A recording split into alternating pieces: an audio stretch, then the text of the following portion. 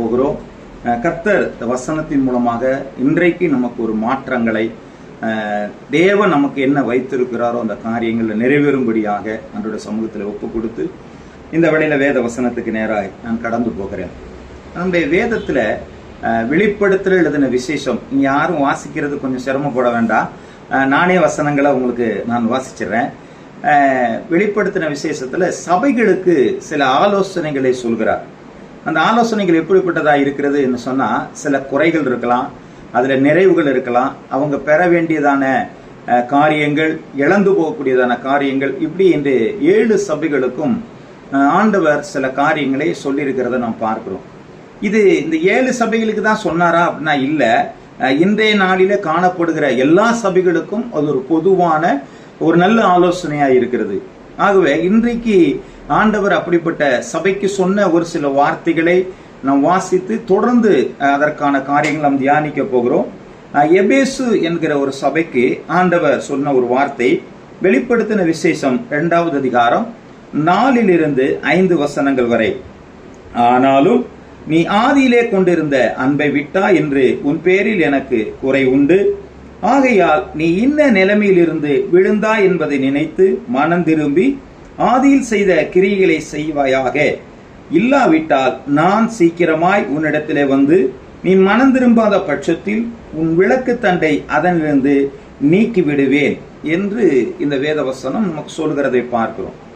நம்ம இந்த நாளில கொஞ்சம் யோசிக்க வேண்டிய ஒரு காரியம் என்னவென்று சொன்னால், நாம் ரட்சிக்கப்படும் பொழுது நாம் வேதத்தை எவ்வளவு ஆர்வமாக வாசித்தோம், அல்லது எவ்வளவு ஆர்வமாக நாம் ஜெபித்தோம், ஆலயத்தினுடைய பணி காரியங்களை எவ்வளவாக ஆர்வமாக நாம் செயல்பட்டோம், அதெல்லாம் இந்த நாட்களில் நம்மளோட கூட இருக்குதா அப்படின்னு நம்ம பார்த்தோம்னா கொஞ்சம் குறைவுள்ளவர்களாக தான் நம்ம காணப்படுகிறோம். காரணம், நமக்குள்ளாக இருக்கிற சில சலிப்பு தன்மைகளாக இருக்கலாம், அல்லது நமக்குள்ளாக இருக்க வேண்டிய சில தொய்வான காரியங்கள், இதெல்லாம் நம்மள மாறி என்ன பண்ணுதுன்னா, இன்னைக்கு நமக்கு சில சோர்வுகளை நமக்கு என்ன செய்யுதுங்க, இந்த நாட்களில் உண்டாக்கி வைத்திருக்கிறதை பார்க்கிறோம்.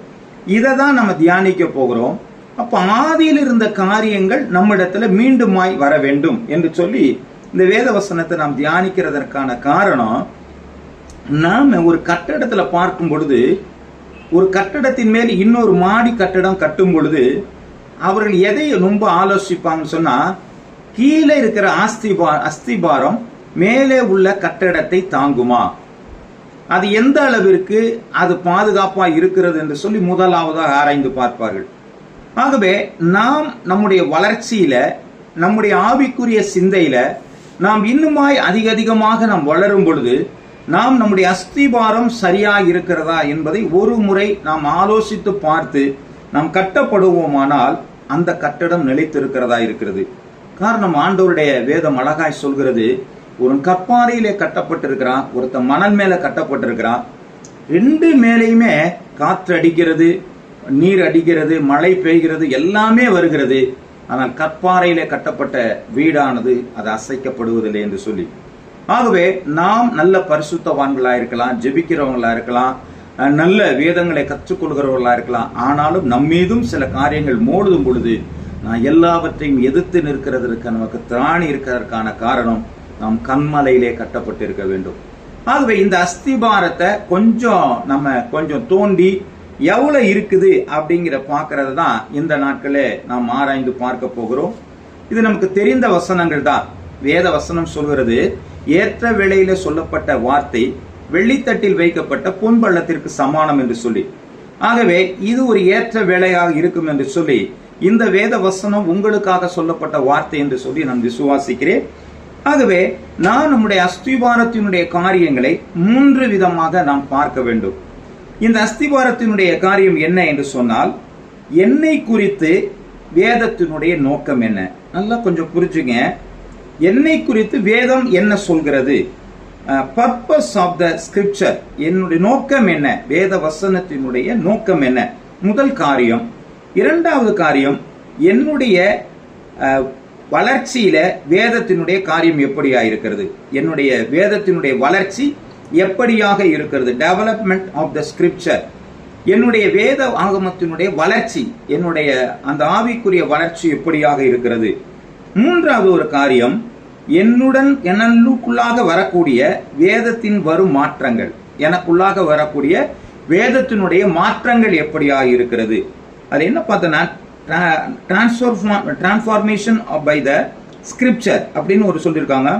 நமக்குள்ள மாற்றங்கள், மறுரூபமாக்கப்படுகிறார்கள், டிரான்ஸ்ஃபார்மேஷன் பை த ஸ்கிரிப்சர் என்று சொல்லி 3 காரியங்கள். முதலாவது வேதத்தினுடைய நோக்கம், இரண்டாவது நமக்குள்ளாக இருக்க வேதத்தினுடைய வளர்ச்சி, மூன்றாவது நமக்குள்ளே இருக்க வேதத்தினுடைய வரும் மாற்றங்கள். இந்த 3 காரியங்களை குறித்து தான் இந்த நாட்களில் நாம் சிந்திக்க போகிறோம். முதலாவது பார்க்கும் பொழுது வேதத்தினுடைய நோக்கம் என்ன, இந்த வேதம் எனக்காக என்ன சொல்லுகிறது, அது என்னை குறித்து என்ன நோக்கம் வைத்திருக்கிறது என்பதை நாம் முதலாவதாக நாம் ஆராய்ந்து பார்ப்போமானால் 2 தீமோத்தேயு எழுதின புஸ்தகம் 3வது அதிகாரம் 16-17 நாம் வாசிக்கும் பொழுது 2 தீமோத்தேயு எழுதின புஸ்தகம் 3வது அதிகாரம் 16 முதல் 17 வரை வாசிக்கும் பொழுது வேத வாக்கியங்கள் எல்லாம் தேவ ஆவியினாலே அருளப்பட்டிருக்கிறது. தேவனுடைய மனுஷன் தேறினவனாகவும் எந்த நற்கிரியும் செய்ய தகுதியுள்ளவனாகவும் இருக்கும்படியாக அவைகள் உபதேசத்திற்கும் கடிந்து கொள்ளுதலுக்கும் சீர்திருத்தலுக்கும் நீதியை படிப்பித்தலுக்கும் பிரயோஜனம் உள்ளவைகளாக இருக்கிறது என்று சொல்லி இந்த வேதம் சொல்கிறது. அப்போ வேதாகமத்தினுடைய நோக்கம் என்ன என்று நம்ம பார்க்கும் பொழுது இந்த வேத வாக்கியம் சொல்கிறது, தேவனுடைய மனுஷனாய் இருக்கிற நாம் தேறினவர்களாக நாம் இருக்க வேண்டும். அப்போ நம்முடைய அடிப்படையான காரியம் என்ன என்று சொன்னால், நாம் தேறினவனாக, தேவனுடைய மனுஷன் தேறினவனாக, எந்த நற்கிரியும் செய்ய தகுதி உள்ளவனாக நாம் இருக்க வேண்டும். இதைத்தான் இந்த வேத வாக்கியம் நமக்குள்ளாக முதலாவது கொடுக்கப்படுகிறது. அதுதான் நமக்கு உபதேசங்களாக, அது மாத்திரமல்ல சீர்திருத்தலுக்காக, படிப்புதலுக்காக, கடிந்து கொள்ளுதலுக்காக, இதுக்கெல்லாம் நமக்கு இந்த வேதவசனம் கொடுக்கிறதற்கான காரணம் என்ன என்று சொன்னால், நாம் தேறினவர்களாக நாம் இருக்க வேண்டும், தகுதியுள்ளவனாக இருக்க வேண்டும், எந்த விதத்திலும் நற்கிரியை செய்ய தகுதி உள்ளவனாக நாம் இருக்க வேண்டும் என்று சொல்லி வேதம் சொல்கிறது. இப்ப நாம கொஞ்சம் யோசனை பார்ப்போம்.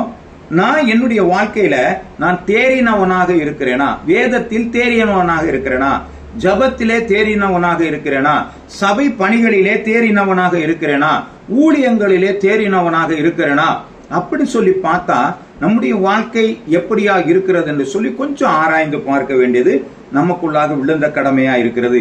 என்னுடைய நற்கிரிகள் எப்படியா இருக்கிறது, மனுஷனை பார்த்து நான் செய்கிறேனா, அல்லது தேவனை போல நற்கிரியை செய்வதற்கு நான் தயங்காமல் செய்கிறேனா என்று நமக்கு ஒரு தகுதியை பற்றி இந்த வேளையில ஆராய்ந்து பார்க்க வேண்டிய காரியத்திற்குள்ளாக நாம் இருக்கிறோம்.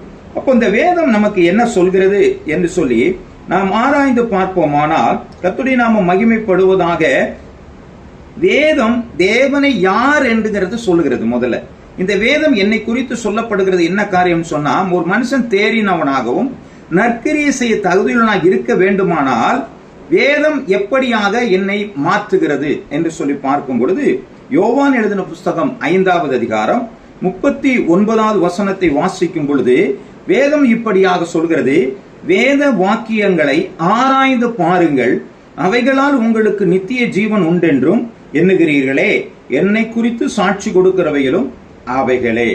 அப்போ நான் தேறினவனாக இருக்க வேண்டுமானால், எந்த நற்கிரியிலும் செய்ய தகுதியுள்ளவனாக இருக்க வேண்டுமானால், நான் தேவன் யார் என்பதை நான் முதலாவதாக புரிந்திருக்க வேண்டும். நாம் ஆராதிக்கிற தேவன் எப்படிப்பட்டவர், நான் வணங்குகிறதான தேவன் எப்படிப்பட்டவர், நான் விசுவாசிக்கிறதான தேவன் எப்படிப்பட்டவர் என்பதை முதலாவதாக நாம் அறிந்திருக்க வேண்டும். உலக பிரகாரமான ஒரு கடவுளை போல அவர் அல்ல, இவரை புரிந்து கொள்ளுகிறது தான் முக்கியமான காரியமாய் இருக்கிறது. அப்ப இந்த வேத வசனம் சொல்கிறது, நீங்கள் வேதங்களை ஆராய்ந்து பாருங்கள், அவைகளாலே உங்களுக்கு நித்திய ஜீவன் உண்டு எண்ணுகிறீர்களே, என்னை கொடுத்து சாட்சி சொல்கிறவைகளும் அவைகளே. அப்ப கடவுள் எப்படிப்பட்டவர் என்பதை வேதம் தான் நமக்கு வெளிப்படுத்தி காண்பிக்கிறது. ஒரு மனிதனிடத்துல கேட்டா அவன் சொல்லுவான் தேவன் அன்பாகவே இருக்கிறார் என்று சொல்லி. ஆனால் வேதம் சொல்கிறது ஆண்டவர் எரிச்சலுள்ள ஒரு தேவனாகவும் இருக்கிறார் என்று சொல்லி வேதம் சொல்கிறதே இருக்கிறது. ஆண்டவர் நம்மளை நேசிக்கிறார் என்று சொல்லி மற்ற உலகத்தின் மக்கள் சொல்லலாம், ஆனால் வேதம் சொல்கிறது அவர் தண்டிக்கிற தேவன் என்று சொல்லி சொல்கிறது. ஒரு உலக வேதத்தில் ஒரு பகுதி சொல்கிறது அவர் அடிக்கிறவரும் காயங்கட்டுகிறவராம் இருக்கிறார் என்று சொல்லி வேதம் சொல்கிறதை பார்க்கிறோம். ஆகவே ஒரு முழுமையான ஒரு கடவுளை நாம் அறிந்து கொள்ள வேண்டுமானால் வேதம் தான் நமக்கு விளக்கம் தர வேண்டும் என்பதை இந்த வேத வசனம் சொல்கிறது. ஆகவே வேத வாக்கியங்களை நீங்கள் ஆராய்ந்து பாருங்கள், அதனால் உங்களுக்கு நித்திய ஜீவன் உண்டே, என்னை குறித்து சாட்சி கொடுக்கிறோம் அவைகளே. அப்ப தேவனை குறித்து வெளிப்படுத்துகிறதான ஒரு காரியம் என்று சொன்னால் அது வேத வசனம் மாத்திரமே. அது மாத்திரமல்ல, ஒரு வாரியம் பார்க்கிறோம், அந்த காரியம் எதிலிருந்து வருகிறது அப்படின்னு சொன்னா, கலாத்தியர் எழுதின புஸ்தகம் 1வது அதிகாரம் 11 12 வசனங்கள் வரை, மேலும் சகோதரரே, என்னால் பிரசங்கிக்கப்பட்ட சுவிசேஷம் மனுஷருடைய யோசனையின்படியானது அல்லவென்று உங்களுக்கு தெரிவிக்கிறேன். நான் அதை ஒரு மனுஷனாலே பெற்றதும் இல்லை, மனுஷனால் கற்றதும் இல்லை. இயேசு கிறிஸ்துவே அதை நாம மகிமைப்படுவதாக. வாசிக்கலாம். 1 கொரிந்தியர் 4வது அதிகாரம் 15வது வசனத்தை நாம் வாசிக்கும் பொழுது, 1 கொரிந்தியர் 4வது அதிகாரம் 15வது வசனத்தை நாம் வாசிக்கும் பொழுது, கிறிஸ்துவுக்குள் 10,000 உபாத்தியாயர்கள் உங்களுக்கு இருந்தாலும் தகப்பன்மார் அநேகர் உங்களுக்கு இல்லையே. கிறிஸ்து இயேசுவுக்குள் சுவிசேஷத்தினால் நான் உங்களை பெற்றேன் என்று சொல்லப்பட்டிருக்கிறோம். அப்போ நாம் மறுபடியும் பிறந்திருக்கிறோம் என்று சொன்னால் எதன் அடிப்படையில பிறந்திருக்க வேண்டும்? ஒரு போதகர் சொன்ன காரியத்தினாலே நான் பிறந்திருக்கிறேனா, அல்லது பக்கத்து வீட்டுக்காரங்க சொன்னாங்க உங்களுடைய சுகவீனம் மாறும் அதனால நீங்க ஆண்டவரை ஏற்றுக்கொள்ளுன்னு சொன்னாங்களா, அல்லது உங்களுடைய கடன் பிரச்சனைகள் மாறும் அதனால நீங்கள் ஆண்டவரை ஏற்றுக்கொள்கிறீர்கள் என்று சொல்லி வந்தார்களா? இப்படி நம்ம பார்க்கும் பொழுது நாம் நம்முடைய அஸ்திபாரம் சரியா இருக்க வேண்டுமானால் சுவிசேஷத்தினாலே நான் உருவாகிறவனாக இருக்க வேண்டும். ஆண்டவருடைய நல்ல வார்த்தையினாலே நாம் உருவாக்கப்படுமானால், நாம் பெற்றெடுக்கப்படுவோமானால் நம்முடைய வாழ்க்கையில நிலைத்திருக்கிறது அது நிச்சயமாயிருக்கிறது. காரணம், இப்படி நாம் உருவாகாதபடியினால், வசனத்திலே நாம் உருவாகாதபடியினால் தான் இன்னைக்கு அநேக வேளைகள்ல நாம் தடுமாறி போய் கொண்டிருக்கிறதை நாம் பார்க்கிறோம். கர்த்தருடைய நாமம் மகிமைப்படுவதாக. கலாத்தியர் 4வது அதிகாரம் 19வது வசனம் இப்படியாக சொல்கிறது, என் சிறு பிள்ளைகளே, கிறிஸ்து உங்களிடத்தில் உருவாகும் அளவும் உங்களுக்காக மறுபடியும் கற்ப வேதனைப்படுகிறேன். அப்ப பவுலப்போஸ்தலனுடைய அந்த கற்ப வேதனை என்னன்னு பாருங்க. அவ்வளவு கஷ்டமா ஒரு மனிதனுக்குள்ள அவன் இயேசுவை உருவாவதற்காக பிரயாசப்படுகிறான். இன்னைக்கு அநேகர் இயேசுவை ஏற்றுக்கொண்டோம் என்று சொல்லி வருகிறவர்கள் பின்மாற்றத்திற்குள்ளாக போகிறதற்கான காரணம், அவர்கள் இந்த வேதனையோடு பெறப்பட்டவர்களாக இருக்கிறார்களா, அல்லது ஒரு காரியத்திற்காக, ஏதோ ஒரு காரியம் தங்களுக்கு வேண்டும் என்பதற்காக ஒரு ஆண்டவரை ஏற்றுக்கொண்டிருக்கிறாளா என்று பார்க்கிறது தான் முக்கியமான காரியங்களா இருக்கிறது. ஒரு வசனத்தின் அடிப்படையில ஒரு மனிதன் பிறந்திருந்தானே ஆனால் அவனுடைய அஸ்திபாரம் சரியா இருக்கிறது, அவன் ஒரு நாளும் தேவனை விட்டு அவன் விலகி போவதே இல்லை. ஆகவே இந்த வேத வசனம் நம்மளை உருவாக்குகிறது. வேத வசனம் தேவன் யார் என்பதை நமக்கு சொல்லிக் கொடுக்கிறது. இப்ப தேவன் யார் என்பதை நாம் புரிந்திருக்கிறோம். தேவ வசனம் என்னை உருவாக்கி இருக்கிறது என்பதை அறிந்து கொண்டிருக்கிறோம். இந்த வசனத்தினால் தான் நாம் பிறந்தோம் என்கிறதை நம் வேத வசனத்தில் நாம் அறிந்திருக்கிறோம். அது மாத்திரமல்ல, இந்த வேத வசனம் என்னை பெற்றதுனாலே மாத்திரமல்ல எனக்குள்ளே மாற்றங்களையும் கொண்டு வருகிறது. இந்த வேத வசனம் நம்மளை என்ன செய்கிறதாங்க? பிரகாசிக்க பண்ணுகிறது. இப்ப பாருங்க, தேவனை புரிஞ்சிருக்கிறோம், தேவனால பிறந்திருக்கிறோம், இப்ப நம்ம பிரகாசிக்க பண்றோம். வேத வசனம் எத்தனை காரியங்களை அது செய்து கொண்டிருக்கிறது என்பதை நாம் பார்க்கிறோம். 2 கொரிந்தியர் 4வது அதிகாரம் 4வது வசனம் சொல்கிறது, தேவனுடைய சாயலாய் இருக்கிற கிறிஸ்துவின் மகிமையான சுவிசேஷத்தின் ஒளி. அப்ப வேத வசனம் ஒரு மகிமையினுடைய ஒளியாய் இருக்கிறது. இந்த ஒளிதான் நம்மளை உருவாக்கினது என்று சொல்லி பார்க்கிறோம். இந்த ஒளியை பெற்றுக்கொள்ள முடியாதபடிக்குத்தான் பிசாசானவன் இன்றைக்கு வஞ்சகமாக இருக்கிறான். வேத வசனம் ஜனங்களுக்குள்ளே போவாதபடிக்கு இன்றைக்கு பிசாசானவன் எப்பொழுது விழுங்கலாம் என்கிற கர்ச்சிக்கிற சிங்கம் போல அவன் இருக்கிறதற்கான ஒரே ஒரு காரணம், வசனங்கள் அவர்களுக்குள்ளாக போகக்கூடாது. ஆண்டவர் தன்னுடைய ஓமையில கூட சொல்லும் பொழுது சொல்கிறார், வழி அருகே விதைக்கப்பட்ட விதைகளை பட்சிகள் பட்சித்து போட்டது என்று சொல்லப்பட்டிருக்கிறத பார்க்கிறோம். முள்களிலே விழுந்தது நெருக்கி போட்டது என்று சொல்லி பார்க்கிறோம். பாறைகளில் விழுந்தது காய்ந்து போனது என்று சொல்லி பார்க்கிறோம். இன்றைக்கு விதைகள் முளைக்க கூடாதபடிக்கு பிசாசானவன் எப்பொழுதெல்லாம் வகை தேடிக் கொண்டிருக்கிறானோ, ஆனால் வேத வசனம் சரியான ஒரு இடத்துல விதைக்கப்பட்டிருக்குமானால் அது பலன் கொடுக்கிறதா இருக்கிறது. இன்றைக்கு நிறைய கிறிஸ்தவர்கள் இருந்தாலும் பலன் கொடுக்கிற 30, 60, 100 பலன் கொடுக்கிற கிறிஸ்தவர்கள் எத்தனை பேராக இருக்கிறார்கள்? விசுவாசிகள் எத்தனை பேராக இருக்கிறார்கள்? இன்னைக்கு எல்லாரும் பார்த்தாலும் நான் விசுவாசி என்று சொல்கிறது நல்லதாக இருக்கிறது. ஆனால் அப்போஸ்தலர் புத்தகத்தில் சொல்லப்பட்டது, முதல் அந்தியோயா பட்டணத்திலே கிறிஸ்துவனுடைய சீசர்களுக்கு கிறிஸ்தவர் என்று சொல்லி பெயர் வழங்கலாயிற்று. நாம் விசுவாசிகளாக இருக்கிறோமா, சீசர்களா இருக்கிறோமா என்பதை தான் நம்ம முதல்ல ஆராய்ஞ்சு பார்க்கணும். நான் விசுவாசி, யாரை வேணாலும் நாம் விசுவாசிக்கலாம். இயேசுவை விசுவாசிக்கலாம், வசனத்தை விசுவாசிக்கலாம், பாஸ்டரை விசுவாசிக்கலாம், சபைகளுடைய அழகை விசுவாசிக்கலாம், அங்க இருக்கிறதான மக்களை விசுவாசிக்கலாம், யாரை வேணாலும் விசுவாசிக்கலாம். ஆனா சீசர் என்று சொல்கிறவன் ஒரு குருவினிடத்துல தான் கற்றுக்கொள்ள முடியும். அந்த குருவனுடைய வெளிச்சத்துல தான் அவன் பிரகாசிக்க முடியும். அவர் மூலமாய் தான் அவன் இந்த உலகத்திலே அநேக காரியங்களை அவனால செய்ய முடியும் என்று சொல்லி வேத வசனம் சொல்கிறதா இருக்கிறது. சங்கீதம் 119, 105 வசனம் சொல்கிறது, உம்முடைய வசனம் என் கால்களுக்கு தீபமும் என் பாதைக்கு வெளிச்சமுமாய் இருக்கிறது. இந்த வசனத்தை நம்ம ஆராய்ஞ்சு பார்த்திருக்கிறோமா? நம்ம ஒரு காரியத்திற்கு போகிறதற்கு முன்பதாக தேவ சமூகத்துல உட்கார்ந்து, ஆண்டவரே நீர் என்ன சொல்கிறீர் என்று சொல்லி நாம் கேட்டு இருக்கிறோமா? இந்த வேத வசனம் ஆண்டவரிடத்திலிருந்து நமக்கு வந்திருக்கிறதா? அப்படி கொஞ்சம் யோசிச்சு பாருங்க. 91 சங்கீதம் 15 வசனம், அவன் என்னை நோக்கி கூப்பிடுவான், நான் அவனுக்கு மறு உத்தரவு அருள செய்வேன் என்று சொல்லியிருக்கிறார். ஆண்டவர் ஒரு மனிதனை போல பேச மாட்டாரு. ஆண்டவர் தன்னுடைய வசனத்தினாலே நமக்கு போதிக்கிறவராய் இருக்கிறார். எல்லா இடத்திலையும் பார்க்கிறோம். இந்த வசனத்தை நாம் ஆண்டவரிடத்திலிருந்து நாம் பெற்றுக்கொண்டு இருக்கிறோமா? ஒரு காரியத்திற்கு போகும் என்பதாக உன் வழியை கர்த்தருக்கு ஒப்புவித்து அவர் மேல் நம்பிக்கையாயிரு, அவரே காரியங்களை வாய்க்க பண்ணுவார் என்று சொல்லி இந்த வேதம் சொல்கிறதே. ஆண்டவருடைய வசனத்தை நாம் விசுவாசித்து அந்த வெளிச்சத்திலே நடக்கிறவர்களாக நாம் இருக்கிறோமா? இதெல்லாம் இந்த நாட்களில ஒரு பிரசங்கமாக அல்ல, இதை நாம் நினைவூட்டுதலாகத்தான் இந்த வேத வசனத்தை நான் உங்களுக்கு அறிவித்துக் கொண்டிருக்கிறேன். கர்த்தருடைய நாமம் மகிமைப்படுவதாக. கொஞ்சம் யோசித்து பாருங்க, இந்த வசனங்கள்லாம் நமக்குள்ள எப்படி வந்தது?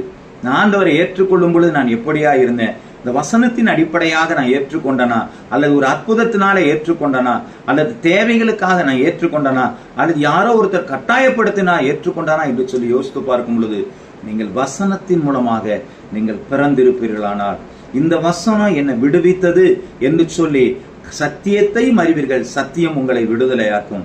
இயேசு கிறிஸ்து விடுதலை ஆக்கினார், மெய்யாகவே விடுதலை ஆவீர்கள் என்று சொன்ன இந்த வசனங்கள் நமக்கு விடுதலை கொடுக்குமானால் நம்முடைய அஸ்திவாரம் சிரமமான காரியமாயிருக்கும். இதன் மேல எத்தனை கட்டடம் கட்டினாலும் ஒரு நாளும் அது அசைந்து போவதில்லை. ஆனால் நம்முடைய அஸ்திவாரம் சரியில்லாது போகுமானால் நாம் வாழ்க்கையில சில இடரல் உண்டாக்கும் பொழுது மொத்தமான நம்முடைய விசுவாசமும் குலைந்து போகிறதை நாம் பார்க்கிறோம். கர்த்தருடைய நாமம் மகிமைப்படுவதாக. இவ்வளவு தூரம் இருந்ததான் அந்த வசனம் நம்மை ஆற்றுகிறதாக, தேற்றுகிறதாக, பெறப்படுகிறதாக, நமக்கு வெளிச்சம் பிரகாசிக்கிறதாக எதுவா வேணாலும் இருக்கலாம். ஆனால் இன்னொன்றையும் அது செய்து கொண்டிருக்கிறது. அதனுடைய மறுபக்கத்தையும் நம்ம பார்க்கணும். யோவான் எழுதின புஸ்தகம் 12வது அதிகாரம் 48வது வசனம் சொல்கிறது, வசனம் என்னை நியாயம் தீர்க்கும் என்று சொல்லி, என்னை தள்ளி என் வார்த்தைகளை ஏற்றுக்கொள்ளாதவனே நியாயம் தீர்க்கிற நாள் ஒன்று இருக்கிறது, நான் சொன்ன வசனமே அவனை கடைசி நாளில் நியாயம் தீர்க்கும் என்று சொல்லி. உண்மையான சகோதரனே, சகோதரியே, இந்த வேத வசனம் நம்மளை எவ்வளவு வேணாலும் ஆசீர்வதிக்கும், எவ்வளவு வேணாலும் உற்சாகப்படுத்தும், எவ்வளவு வேணாலும் நம்மளை மகிமைப்படுத்தும். ஆனா அதே வேத வசனம் தான் கடைசி நாளிலே நான் சொன்ன வார்த்தையை நியாயம் தீர்க்கிற ஒரு காரியதா இருக்கிறது என்று சொல்லி ஆண்டவர் சொல்கிறதை பார்க்கிறோம். கர்த்தருடைய நாமம் மகிமைப்படுவது. அப்ப எந்த ஒரு காரியத்தையும் சொல்லவே முடியாதுங்க. ஒரு மனுஷன் சொல்றான், ஆண்டவரே உங்களுடைய நாமத்துல நாங்கள் வியாதிகளை, ஆண்டவரே நாங்கள் பிசாசுகளை துரத்தினோம் அல்லவா, சுகப்படுத்தினோம் அல்லவா, அற்புதங்கள்லாம் செஞ்சோம் அல்லவா என்று சொல்லும் பொழுது ஆண்டவர் சொல்கிறார், நான் உன்னை அறியேன் என்று சொல்லி. நாம் அற்புதங்களை செய்கிறவர்களா இருக்கலாம், அதிசயங்களை செய்கிறவர்களா இருக்கலாம்.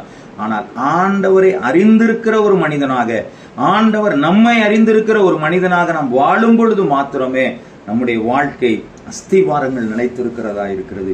நம் ஆண்டவரை நல்ல சரியாக பிடித்து கொண்டு அவர் வசனத்தின் அடிப்படையில நம்முடைய வாழ்க்கை அமையுமானால் ஆண்டவர் சொல்கிறார், நீ இருதயத்திற்கு ஏற்றவனாய் கண்டேன் என்று சொல்லி தாவீதை போல நம்மையும் ஆண்டவர் ஒரு அரவணைக்கிற தேவனாய் இருக்கிறார்.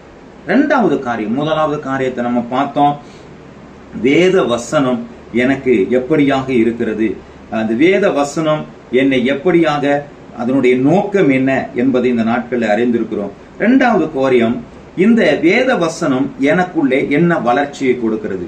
நமக்குள்ள வேத வசனம் வந்துருச்சுங்க, அது 30, 60, 100 பலன் கொடுக்கணும். அத 30, 60, 100 அது பலன் கொடுக்கணும்னு சொன்னா, அப்ப நம்ம வாழ்க்கையில என்ன பலனை கொண்டு வருகிறது, அது என்ன ஈல்ட கொண்டு வருகிறது, அது நம்முடைய வாழ்க்கையில என்ன வளர்ச்சியை கொண்டு வருகிறது என்பதை நாம கொஞ்சம் இந்த வேளையில் ஆராய்ந்து பார்க்கிறது மிகவும் நல்லதான ஒரு காரியமாக நான் நினைக்கிறேன்.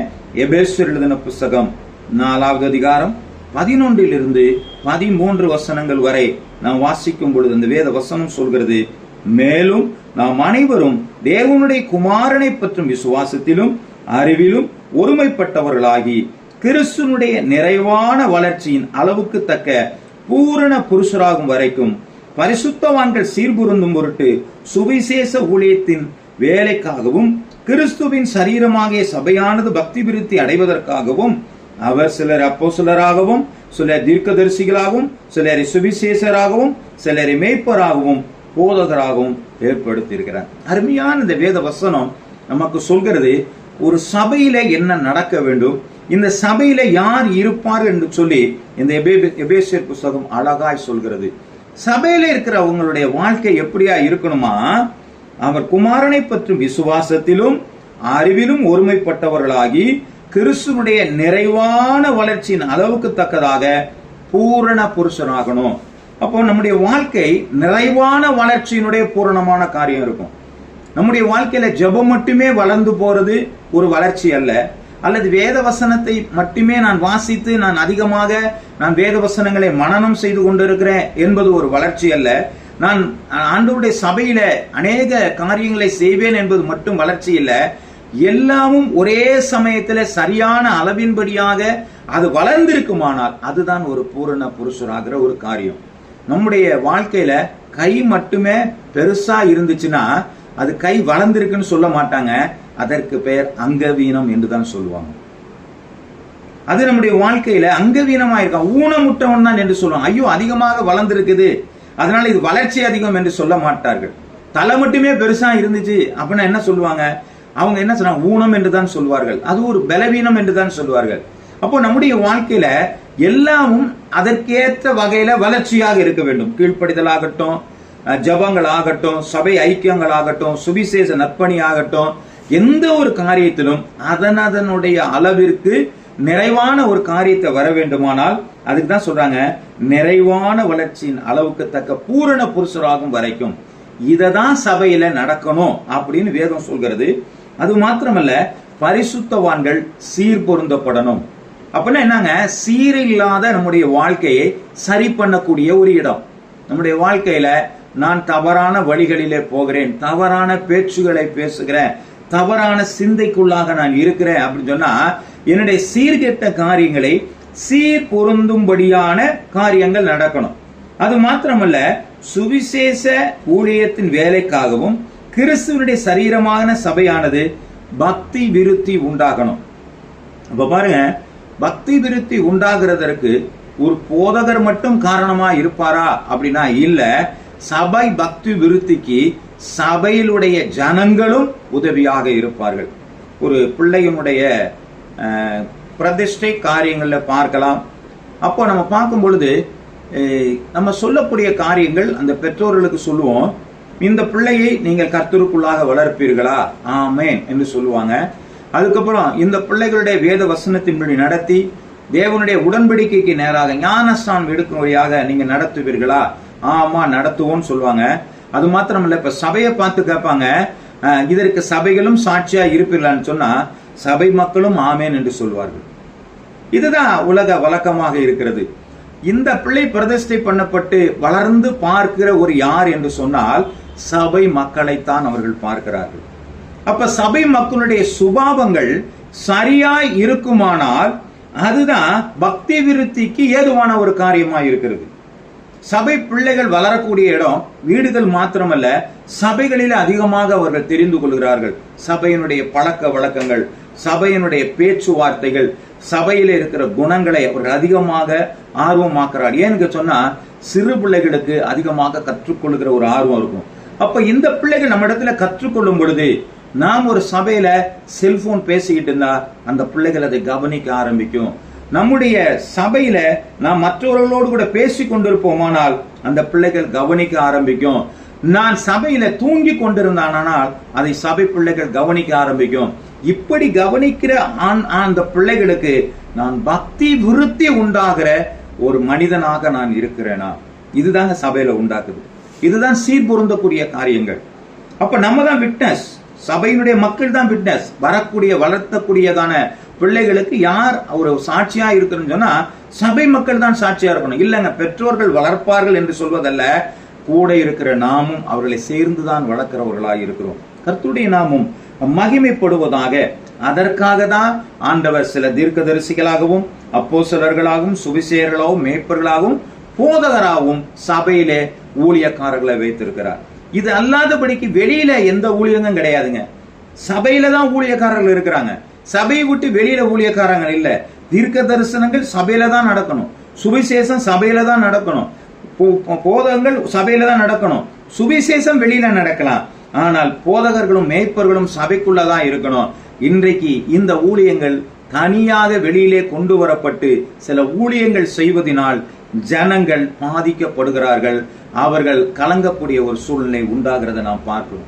எத்தனையோ தனியாக தீர்க்கதரிசிகள் என்று சொல்லி தனியாக இருந்து நான் உங்களுக்கு தீர்க்க தரிசனம் சொல்கிறேன் என்று சொன்னார்கள். எல்லா தீர்க்க தரிசனமும் சொல்லி ஆண்டவர் சொல்கிறார் முடிந்தது என்று சொல்லி. கர்த்தருடைய நாமம் மகிமைப்படுவதாக. சபையை விட்டு வெளியிலே எந்த ஊழியங்கள் அல்ல, சுவிசேஷத்தை தவிர வேற எந்த ஊழியங்களும் வெளியில இருக்கக்கூடாது. எல்லாமே சபைக்குள்ளே இருக்கணும். அதுதாங்க பக்தி விருத்தி உண்டாகிற காரியங்கள். சபையில இருக்கிற வளர்ச்சிக்கான காரியமே, பக்திக்குரிய காரியமே சபை மக்களுடைய அடிப்படையான அவருடைய பழக்க வழக்கங்கள், அவர்களுடைய நேர்மையான பேச்சுக்கள், அவர்கள் கொடுக்கிறதான சாட்சிகள், இதுதான் ஒரு பெரிய பிரகாசத்தை உண்டு பண்ணுகிறது. அது ஒரு சீர்பொருந்தப்படுகிறது, பக்தி விருத்தி உண்டாகிறதா இருக்கிறது. அப்ப சபையில ஒரு நல்ல வளர்ச்சி உண்டாகணும். சபையில யார் இருக்கணும் என்பதற்காக ஊழியக்காரர்களையும் தேவன் நியமித்து வைத்திருக்கிறார்.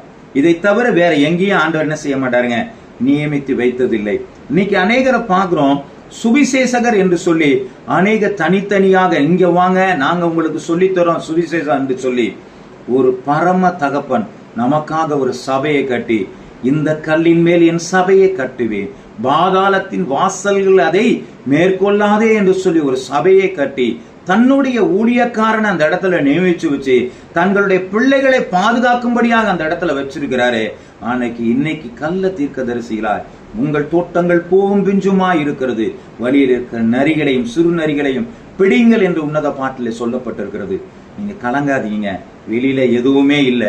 சபைக்குள்ளாக தான் பக்தி விருத்தி, சபை குறித்தல் தான் சீர்திருத்தமா இருக்கிறது, சபைக்குள்ளதான் பூரண புருஷராகிற காரியங்கள் இருக்கிறது. அங்கதான் ஆண்டவர் ஊழியக்காரரை வச்சிருக்கிறார்.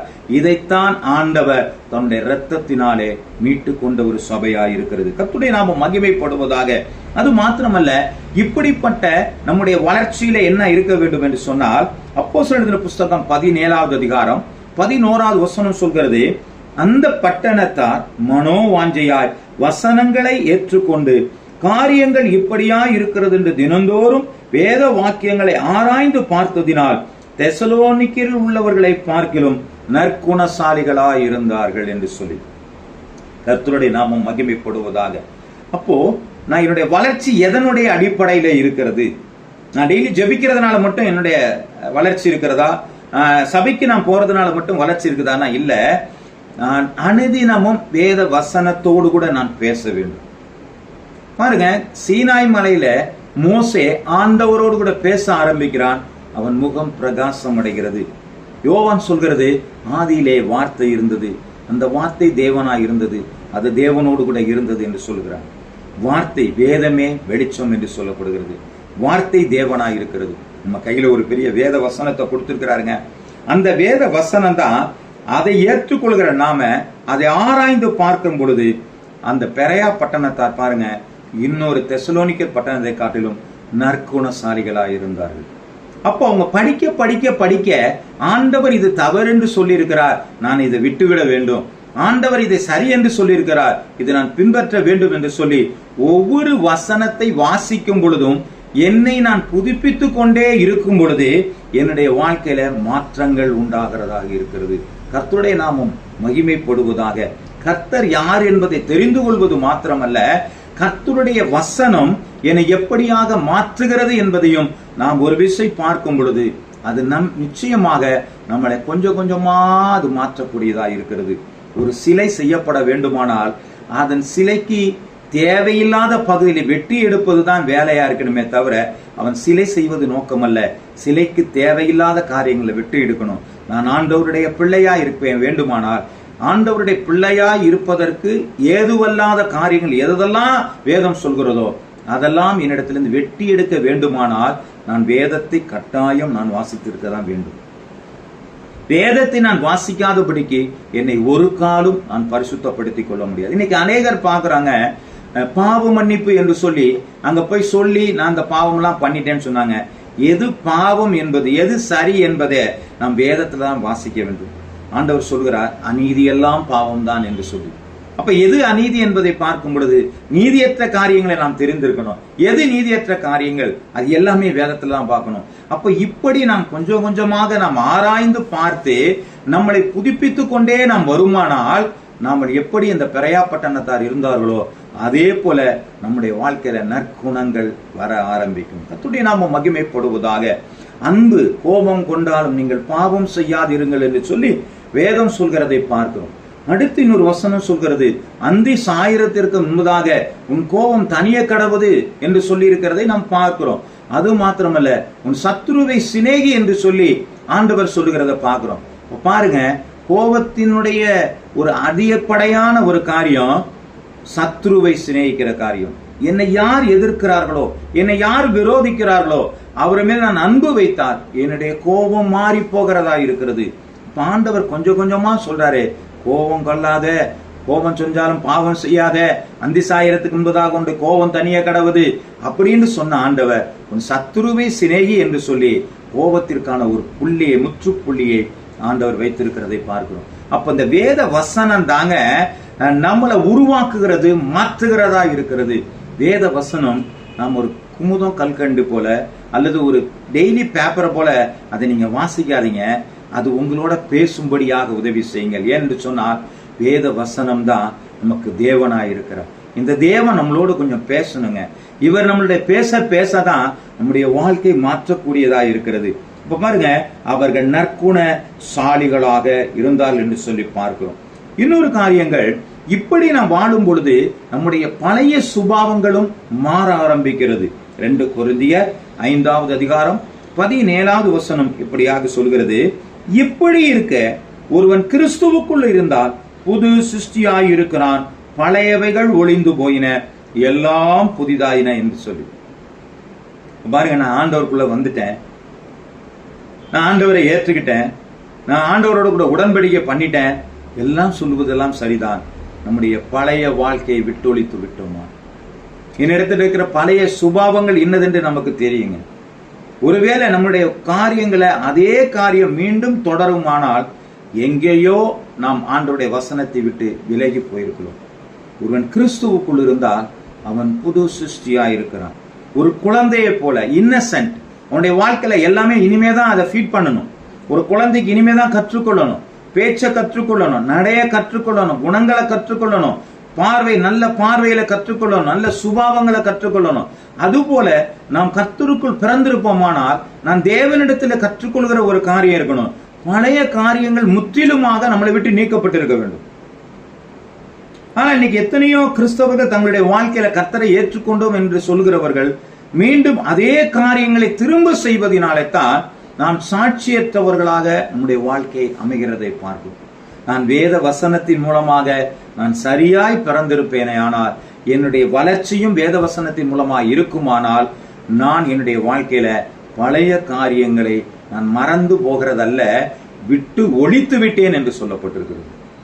அது என்னை விட்டு முற்றிலுமாக ஒழிக்கப்பட வேண்டிய காரியங்கள். நான் கோபம் கொண்டிருந்தேனே, ஆனால் அது ஒழிக்கப்பட வேண்டிய காரியங்கள். நான் மற்றவரிடத்துல புறம்பான காரியங்கள், புறங்கூறுதல் இருந்துச்சா ஒழிக்கப்பட வேண்டிய காரியங்கள். என்னுடைய பார்வையில இச்சை இருந்துச்சுன்னா ஒழிக்கப்பட வேண்டிய காரியங்கள். என்னுடைய பேச்சிலே சரியா ஒழிக்கப்பட வேண்டிய காரியங்கள்.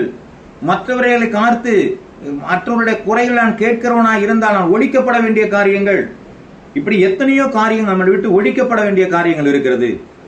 இதெல்லாம் கொஞ்சம் யோசிச்சு பாருங்க. நான் முன்னாடி இருந்த நபரா அல்லது இப்பொழுது நான் வித்தியாசமான ஒரு நபரா இருக்கிறேனா? உன் ஆண்டவரை பார்த்து விட்டு வந்த மோசே பிரகாசம் அடைந்தது. மனிதர்கள் அவருடைய முகங்களை பார்க்க முடியல. அவன் முக்காடு போட்டு கொண்டான். அவன் புதிய மனிதனாக அந்த இடத்துல காணப்பட்டான். நீங்களும் நானும் அப்படிப்பட்ட பழைய வாழ்க்கையில் இருக்கிற எல்லா அழுக்குகளையும், எல்லா கசடான காரியங்களையும், அருவருக்கக்கூடிய காரியங்களையும் நாம் எடுத்து போடுவோமானால் கர்த்தர் நம்மளை மகிமையாக பயன்படுத்த விரும்புகிறார்.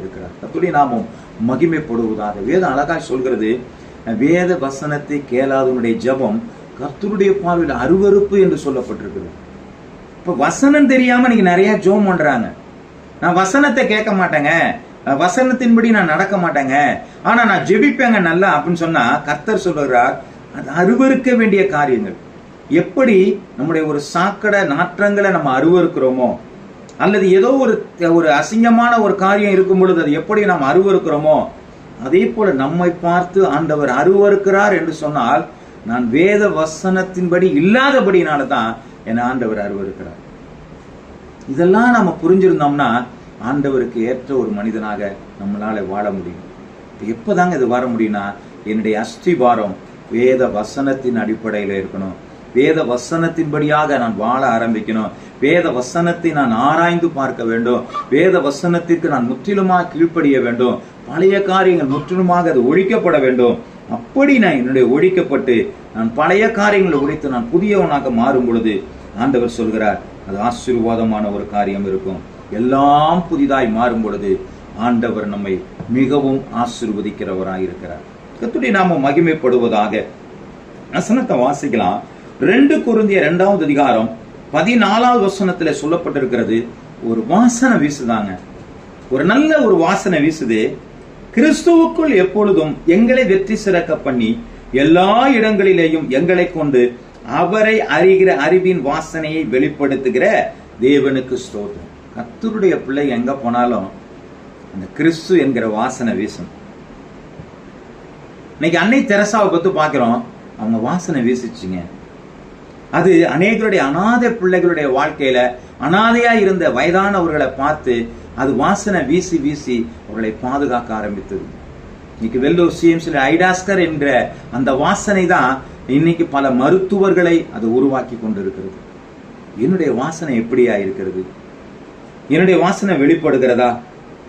எங்களை நம்மளை கொண்டு வெற்றி சிறக்க பண்ணி எல்லா இடங்களிலும் எங்களை கொண்டு அவரை அறிகிற அறிவின் வாசனை வெளிப்படுகிறார். சபையில பக்தியா இருக்கிறோம்.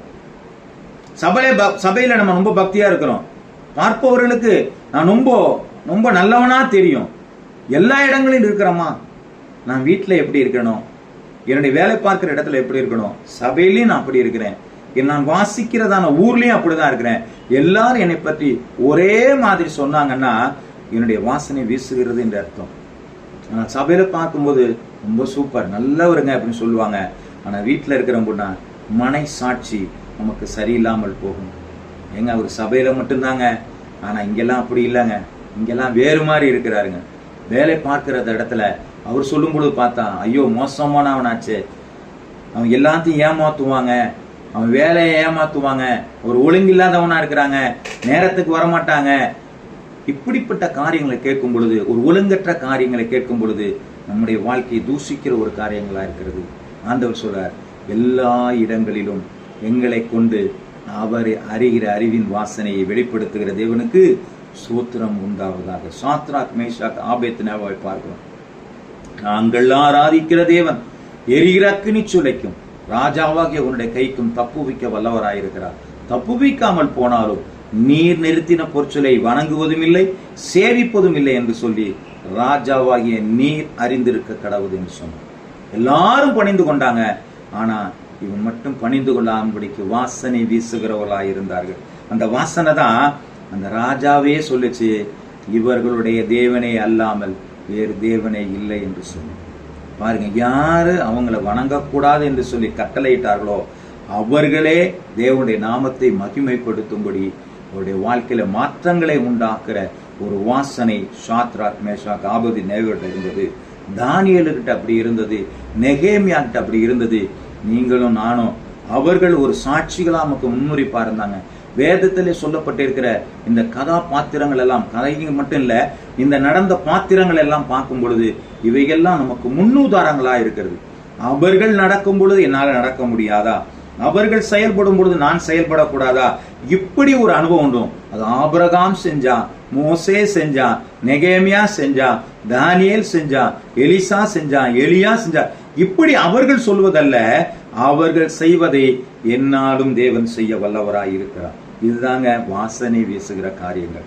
அவங்கெல்லாம் நமக்கு ஒரு நல்ல ரோல் மாடல். அவங்க செஞ்சு கொடுத்துட்டு போயிட்டாங்க. அந்த செஞ்சு கொடுத்த மாதிரியை தான் நம்ம பின்படுத்தணும். அவங்க எப்படி இருந்தாங்களோ அப்படியே நம்முடைய வாழ்க்கைக்கு இருக்கணும். அவங்க செஞ்சாங்கன்னு நம்ம பிரசங்கம் பண்றோம், செஞ்சாங்கன்னு நம்ம பேசுறோம், அதை பத்தி ஐயோ அவங்க எப்படியெல்லாம் விசுவாசமா இருந்தாங்கன்னு சொல்றோம். ஏன் நம்மளால வாழ முடியவில்லை? அவர்கள் வார்த்தையை விசுவாசித்தார்கள், தேவனை விசுவாசித்தார்கள். நாமும் தேவனை விசுவாசிக்கும் பொழுது அந்த காரியம் நம்மிலே நிறைவேறுகிறதாக இருக்கிறது. வேதத்தில் சொல்லப்பட்ட எல்லா காரியங்களும் நம்மிலே நடைபெற வேண்டும் என்பதற்காகத்தான் ஆண்டவர் எழுதி வைத்திருக்கிறார். இது பிள்ளைகளுக்கும், பிள்ளைகளுடைய பிள்ளைகளுக்கும், பிள்ளைகளோட பிள்ளைகளுக்கும் அதை விளங்க பண்ணதான் எழுதி வைக்க சொல்லுகிறார். அநேக காரியங்களை பார்க்கும் பொழுது எழுதி வைங்க, எழுதி வைங்க, உங்க பிள்ளைகளுக்கு சொல்லிக் கொடுங்க.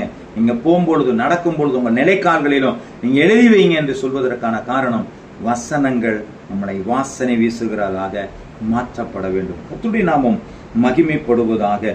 அப்போ நம்முடைய வாழ்க்கையில இந்த வாசனை மாத்திரம் அல்லங்க, நம்முடைய வாழ்க்கையில ஜெயிக்கக்கூடிய காரியங்களை நமக்கு உண்டாக்குறது. 1 யோவான் 5வது அதிகாரம் 3-5 வசனங்களை நம்ம வரை வாசிக்கும் பொழுது, நாம் தேவனுடைய கற்பனைகளை கைக்கொள்வதே அவரிடத்தில் அன்பு கூறுவதாகும். அவருடைய கற்பனைகள் பாரமானவைகள் அல்ல. இந்த வசனத்தை மட்டும் வாசிச்சா, தேவனுடைய கற்பனைகளை கைக்கொள்வதே அவரிடத்தில் அன்பு கூறுவதாகும். அப்ப நான் என் வாழ்க்கையில நான் ஆண்டவரை அன்பு கூறுவேன் என்கிறது நம்ம ஆண்டவரோட பொருத்தனை பண்ணுகிறது இல்ல. ஆண்டவரே நீ இதை செஞ்சினா நான் உனக்கு செய்யறேன். நிறைய பிசினஸ் பண்றோம். நம்ம ஒரு கடைக்காரர்கிட்ட போய் பேசுற மாதிரியே நம்ம ஆண்டவர்கிட்டையும் பேசணும். ஆண்டவரே இதை நான் தர்றேன், இதை நான் உனக்கு தர்றேன், நீ எனக்கு தருவியான்னு கேட்கறாங்க. உலகமும் நிறைவும் கர்த்தருடையது. அவருக்கு ஒண்ணு நம்ம கொடுக்க வேண்டியது இல்லை. அவர்கிட்ட தான் நம்ம பெற்றுக்கொள்ளக்கூடிய இடத்துல நாம இருக்கிறோம். அப்போ நம்முடைய வேலை என்னன்னு சொன்னா, அவருடைய கற்பனைகளை கை கொள்ளுவதே அவரிடத்தில் அன்பு கூறுவதாகும். இன்னும் யோவான்ல சொல்லப்பட்ட வசனங்களை பார்க்கும்போது, ஒருவன் என்னில் அன்பா இருந்தால் என் கற்பனைகளை கை கொள்வானாம். நான் ஆண்டவரை நேசிக்கிறேன்னு சொல்றவங்க ஆண்டவருடைய வசனத்துக்கு கீழ்ப்படிஞ்சிருக்கணும். இதைத்தான் வேத வசனம் திட்டமாக சொல்கிறது. நான் ஆண்டவருடைய வசனத்திற்கு நான் கீழ்ப்படிந்திருக்கிறேனா? ஆண்டவருடைய வசனத்தை நான் அன்பு கூறுகிறேன் என்று சொல்கிறவன் நான் ஆண்டவருடைய வேதத்தின்படி நான் வாழ்கிறேனா? இதைத்தான் அந்த வேத வசனம் சொல்கிறது. இன்னும் சொல்ல போனா அந்த 3, 4, 5 எல்லாம் பாத்தீங்கன்னா, தேவனாலே பிறப்பதெல்லாம் உலகத்தை ஜெயிக்கும். நம்முடைய விசுவாசமே உலகத்தை ஜெயிக்கிற ஜெயம். இயேசுவானவர் தேவனுடைய குமாரன் விசுவாசிக்கிறவன் என்று உலகத்தை ஜெயிக்கிறவன் யார்? அப்ப இந்த உலகம் உலகம் உலகம் என்று சொல்லப்படுகிற காரியங்கள் பாத்தீங்கன்னா, இது பிசாசானவன் நமக்காக வைத்திருக்கிற ஒரு ஒரு பெரிய கண்ணியாக அல்லது நம்மளை சிக்க வைக்கக்கூடிய ஒரு இடமாக உலகம் இருக்கிறது. இந்த உலகத்தை நமக்கு முன்பதாக வைத்துக் கொண்டுதான் இன்னைக்கு பிசாசன் வஞ்சிக்கிறவனா இருக்கிறான். இந்த உலகத்தை நாம் ஜெயிக்க வேண்டும். நான் நமக்கு முன்பதாக வேதகாமத்தை வைத்துக் கொண்டுதான் உலகத்தை பார்க்க வேண்டுமே தவிர, உலகத்தை முன்பதாக வைத்துக் கொண்டு நாம் வேதாகமத்தை பார்த்தால் உலகத்தினுடைய காரியம்தான் எனக்கு முன்பதாக தெரியும். ஆனால் வேதத்தை வைத்துக் கொண்டு நான் உலகத்தை பார்த்தேனே ஆனால் அது என்னுடைய வாழ்க்கையில நான் ஜெயித்தவனாக காணப்படுவேன். உலகத்தை நான் ஜெயிக்க முடியும். பாருங்க, தாவீது கோலியாத்தை பார்க்கும்போது மற்றவர்கள் பார்வையில அவனுடைய ஆஜான பகவான தோற்றம் அவர்களை பயமுறுத்தியது. அவனிடத்தில் இருக்கிறதான பட்டயம் பயமுறுத்தியது. அவன்கிட்ட இருந்த கவசங்கள் அவர்களை பயமுறுத்தியது. அவர்கள் ஓடுகிறவர்களாக இருந்தாங்க. அவனுடைய அலறல் கேட்டு, சத்தத்தை கேட்டு எல்லாம் ஓடுகிறவனாக இருந்தார்கள். ஆனால் தாவீதுக்கு மட்டும் தெரியும், இந்த கோலியாத்தை காட்டிலும் பெரியவர் தன்னோடு கூட இருக்கிறார் என்பதை அவன் அறிந்திருந்தான். கர்த்தருடைய நாமம் மகிமைப்படுவதாக. நான் உலகத்தை நான் ஜெயிக்க வேண்டுமானால் என்னோடு கூட இருக்கிறவர், உலகத்தில் இருப்பவரை காட்டிலும் எனக்குள்ளாக இருக்கிறவர் பெரியவர் என்பதை நாம் எப்பொழுது அறிந்திருக்கிறோமோ அப்பொழுது உலகம் நம்முடைய காலுக்கீழாக வருகிறது. நாம் உலகத்தை நான் ஜெயிக்கிறது தான் ஆண்டவருடைய அன்பான ஒரு காரியம். அந்த கற்பனைகள் தான் நம்மளை உலகத்தை ஜெயிக்க வைக்கிறது. உலகம் நம்மளை கீழாக ஆண்டவருக்கு மதிக்காத, ஆண்டவருக்கு விருப்பமில்லாத காரியத்தை உலகம் செய்து கொண்டிருக்கிறது. இன்னைக்கு எல்லா வகையிலும் பாருங்க, நிறைய காரியங்களை பார்க்கிற இடங்களில, பேசுகிற இடங்களில, எல்லா இடங்களிலும் மனிதர்களை தவற விடுகிற காரியங்கள், நம்முடைய பரிசுத்தத்தை தவற விடுகிற காரியங்கள், எல்லா இடத்திலும் மலிந்து கிடக்கிற ஒரு காரியங்கள் இருக்கிறது. கையில் இருக்கிற மொபைலை பார்க்கிறோம், அது நமக்கு பிரயோஜனம் உள்ளதுதான், இன்னைக்கு அநேக தகவல்களை கொடுக்கக்கூடியதான். ஆனாலும் சில வேளைகள்ல அதுல தவறான காரியங்களை பார்க்கக்கூடிய வேலைகளை இந்த இடத்துல அது கொண்டு வருகிறதா இருக்கிறது. கர்த்தருடைய நாமம் மகிமைப்படுவதாக. அப்போ அதுல நம்ம எப்படி இருக்குன்னு சொன்னா, ரொம்பவும் ஜாக்கிரதையா இருக்க வேண்டும். அப்போ பாவம் எல்லாம் நமக்குள்ளாக இருக்கிற காரியத்தினால நாம நம்முடைய வாழ்க்கையில தேவனிடத்துல அன்பு கூறும் பொழுது, தேவனிடத்துல நம்பிக்கை வைக்கும் பொழுது, ஆண்டவரிடத்தில் நாம் உறுதியா இருக்கும் பொழுது, அவருடைய கற்பனைகளுக்கு கீழ்ப்படியும் பொழுது, இந்த உலகத்தை நம்மால் நிச்சயமாக ஜெயிக்க முடிகிறதா இருக்கிறது. கர்த்தருடைய நாமம் மகிமைப்படுவதாக. அருமையான சகோதரனே, நம்முடைய வாழ்க்கையில நம்முடைய உலகத்தை ஜெயிக்கணுங்க. அந்த உலகத்தை ஜெயிக்காம நம்ம ஒரு நாளும் ஆண்டவருக்குள்ளாக போக முடியாது. இந்த உலகத்துல கொண்டு வருகிற காரியங்கள் நமக்கு அநேக உபத்திரவங்களை கொண்டு வரும், பாடுகளை கொண்டு வரும், வேதனைகளை கொண்டு வரும். எல்லாமே பாருங்க, லஞ்சம். இன்னைக்கு கையிட்டு வாங்குறவனை நிறைய பேரை பார்க்கிறோம். இது வாங்காம இருக்க முடியாதா? கர்த்தருடைய பிள்ளைகள் வாங்காம இருக்கும் பொழுது உபத்திரம் வரதான் செய்யும். நம்முடைய உண்மையாக பேசும் பொழுது உபத்திரம் வரதான் செய்யும். நம்ம கற்பனைகளுக்கு கீழ்ப்படியும் பொழுது உபத்திரம் தான் வரதான் செய்யும். ஆண்டவருடைய வேதம் அழகாய் சொல்கிறது, உபத்திரவப்படுகிறது நல்லது, அதனால் உங்களுடைய பிரமாணங்களை நான் கற்றுக்கொண்டேன். ஆண்டவரை என் நிமித்தம் உபத்திரப்படுகிறவர்கள் பாக்கியவான்கள். இதுதான் ஆண்டவர் சொல்லிக்கிட்டே இருக்கிறத பார்க்கிறோம். அப்ப நம்மளோட பாக்கியவான்களாய் நாம் மாற வேண்டுமானால் நாம் உண்மையுள்ளவர்களாக, நம்முடைய வாழ்க்கையில ஆண்டவருக்கு அன்பு செய்கிறவர்களாக நாம் ஜீவிக்கும் பொழுது நம் கர்த்தருடைய நாமம் மகிமைப்படுவதாக. நம்முடைய இன்னும் நீதி நம்முடைய வாழ்க்கையில பூரணப்படுகிற ஒரு காரியங்களாய் இருக்கும். கர்த்தருடைய நாமம் மகிமைப்படுவதாக. இன்னொரு காரியத்தை நம்ம வாசிக்கிறோம். எபிரேயருக்கு எழுதின புஸ்தகம் 6வது அதிகாரம் 2வது வசனங்களை வாசிக்கும் பொழுது அது நம்மளை பூரணராக விரும்புகிறது, நம்மளை பூர்ணப்படுத்த வேண்டும் என்று சொல்லி இது விரும்புகிறது. ஸ்நானங்களுக்கு அடுத்த உபதேசம், கைகளை வைக்குதல், மரித்தோரின் உயிர் தெழுதல், நியாய தீர்ப்பு என்பவர்களாகிய அஸ்திபாரத்தை மறுபடியும் போடாமல் பூர்ணராகும்படிக்கு கடந்து போவோமாக. இன்னைக்கு நிறைய சொல்ற காரியங்கள் பாத்தீங்கன்னா, நான் ஞான ஸ்நானம் எடுத்துட்டேன், நான் பரிசுத்தாவி எடுத்துட்டேன், ஆண்டவர் நான் சபைக்கு இத்தனை வருஷமா போறேன். ஐயா, இதெல்லாம் முடிஞ்சு போன காரியம். இப்ப நீங்க எப்படி இருக்கிறீங்க? இப்போ உங்களுடைய வாழ்க்கையில நீங்க என்ன செய்து கொண்டு இருக்கிறீங்க? இதுதான் இருக்கும். பழைய அஸ்திபாரத்தையே போட்டு பாட்டி கதையெல்லாம் நம்ம நிறைய பேசிக்கொண்டே இருக்கலாம். நம்ம ஆரம்பத்துல நான் எப்படி தெரியுமா ரட்சிக்கப்பட்டேன், இதெல்லாம் நமக்கு தேவையில்லைங்க. இன்னைக்கு என்னுடைய வாழ்க்கையில நான் செய்யற காரியங்கள் தேவனுக்கு எப்படி மகிமையா இருக்கிறது என்பதை மட்டும்தான் நம்ம சொல்வது நல்லதாக இருக்கிறது. இன்னைக்கு நிறைய பேர் சாட்சி சொல்லுவாங்க, என் பழைய வாழ்க்கையில நான் இப்படியா இருந்தேன், நான் பழைய வாழ்க்கையில இப்படி துன்மார்க்கமா இருந்தேன், பழைய வாழ்க்கையில இப்படி தீமையா இருந்தேன்னு சொல்லி எல்லாருக்கும் சொல்லி கொண்டு இருப்பாங்க. ஆண்டவருடைய பார்வையில பார்த்தோம்னு சொன்னா, ஆண்டவர் சொல்கிறார், இதெல்லாம் நான் கிழக்குக்கும் மேற்குக்கும் எவ்வளவு தூரமோ அவ்வளவு தூரத்துல வைத்துட்டேனே அப்படின்னு சொல்றாரு. ஆனா நம்ம ஞாபகப்படுத்தி நாம் அந்த காரியங்களை திரும்ப கொண்டு வந்து சாட்சி என்று சொல்லி நாமளே இன்னும் பாவங்களுக்குள்ளாக இருக்கிறதை ஒப்புக்கொடுக்கும். நல்ல யோசனை பண்ணுங்க. ஆண்டவர் மறந்து போன காரியங்கள், ஆண்டவர் நம்மளை விட்டு எடுத்து போட்ட பழைய பாவத்தினுடைய காரியங்கள், இயேசு கிறிஸ்துவினுடைய ரத்தம் சகல பாவங்களை நீக்கி சுத்திகரிக்கிறது. முன்னாடி ஜுரம் இருந்துச்சுங்க, நான் ஊசி போட்டேன், இப்ப எனக்கு ஜுரம் என்னை விட்டு நீங்கி போச்சு. நான் இன்னும் எனக்கு ஜுரம் இருக்கு நான் சொல்ல மாட்டேன், நான் ஜுரம் இருந்து சொல்ல மாட்டேன். காரணம், எனக்கு இப்ப மாறிட்டேன், நான் நல்லா இருக்கேன்னு சொல்லணும். ஆனால் இன்னைக்கு அநேகர் தங்களை சாட்சிகளை பழைய வாழ்க்கையை சொல்லி, பழைய சுபாவங்களை சொல்லி, நான் இன்னும் அதற்குள்ளாக இருக்கிறேன் என்பதை திரும்ப அதை ரீகால் பண்ணாதீங்க. தயவு செய்து நீங்க சாட்சி சொல்லும் பொழுது, இப்பொழுது உங்களுடைய வாழ்க்கை எப்படியாக மாறி இருக்கிறது. நான் பழைய காரியங்கள்ல மோசமா தான் இருந்தேன், ஒரே வார்த்தை போதுமானது.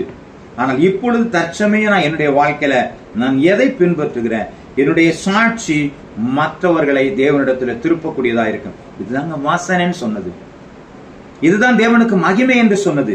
இந்த காரியத்தை நாம் செய்யும் பொழுதுதான் ஆண்டவருக்கு மகிமையா இருக்கும். பழைய காரியங்களை திரும்ப திரும்ப தயவு செய்து சொல்லாதீங்க, நான் ரட்சிக்கப்பட்டேன், நான் ஞான ஸ்நானம் வாங்கிட்டேன், நான் இத்தனை வருஷமா வர்றேன். இல்லைங்க, நம்ம இத்தனை வருஷமாய் வருகிறது அல்ல, ஆண்டவருக்கு நாம் எவ்வளவு உண்மையாக இருக்கிறோம் என்பதுதான் ஆண்டவருக்கு உண்மையான காரியம். சவுலை ஆண்டவர் கழுதை தேடி போனவனுக்கு ஆண்டவர் ராஜ காரியத்தை கொடுத்தார். ஆனால் உண்மை இல்லாதபடினால் தன்னுடைய ராஜ மேன்மையை இழந்தார்.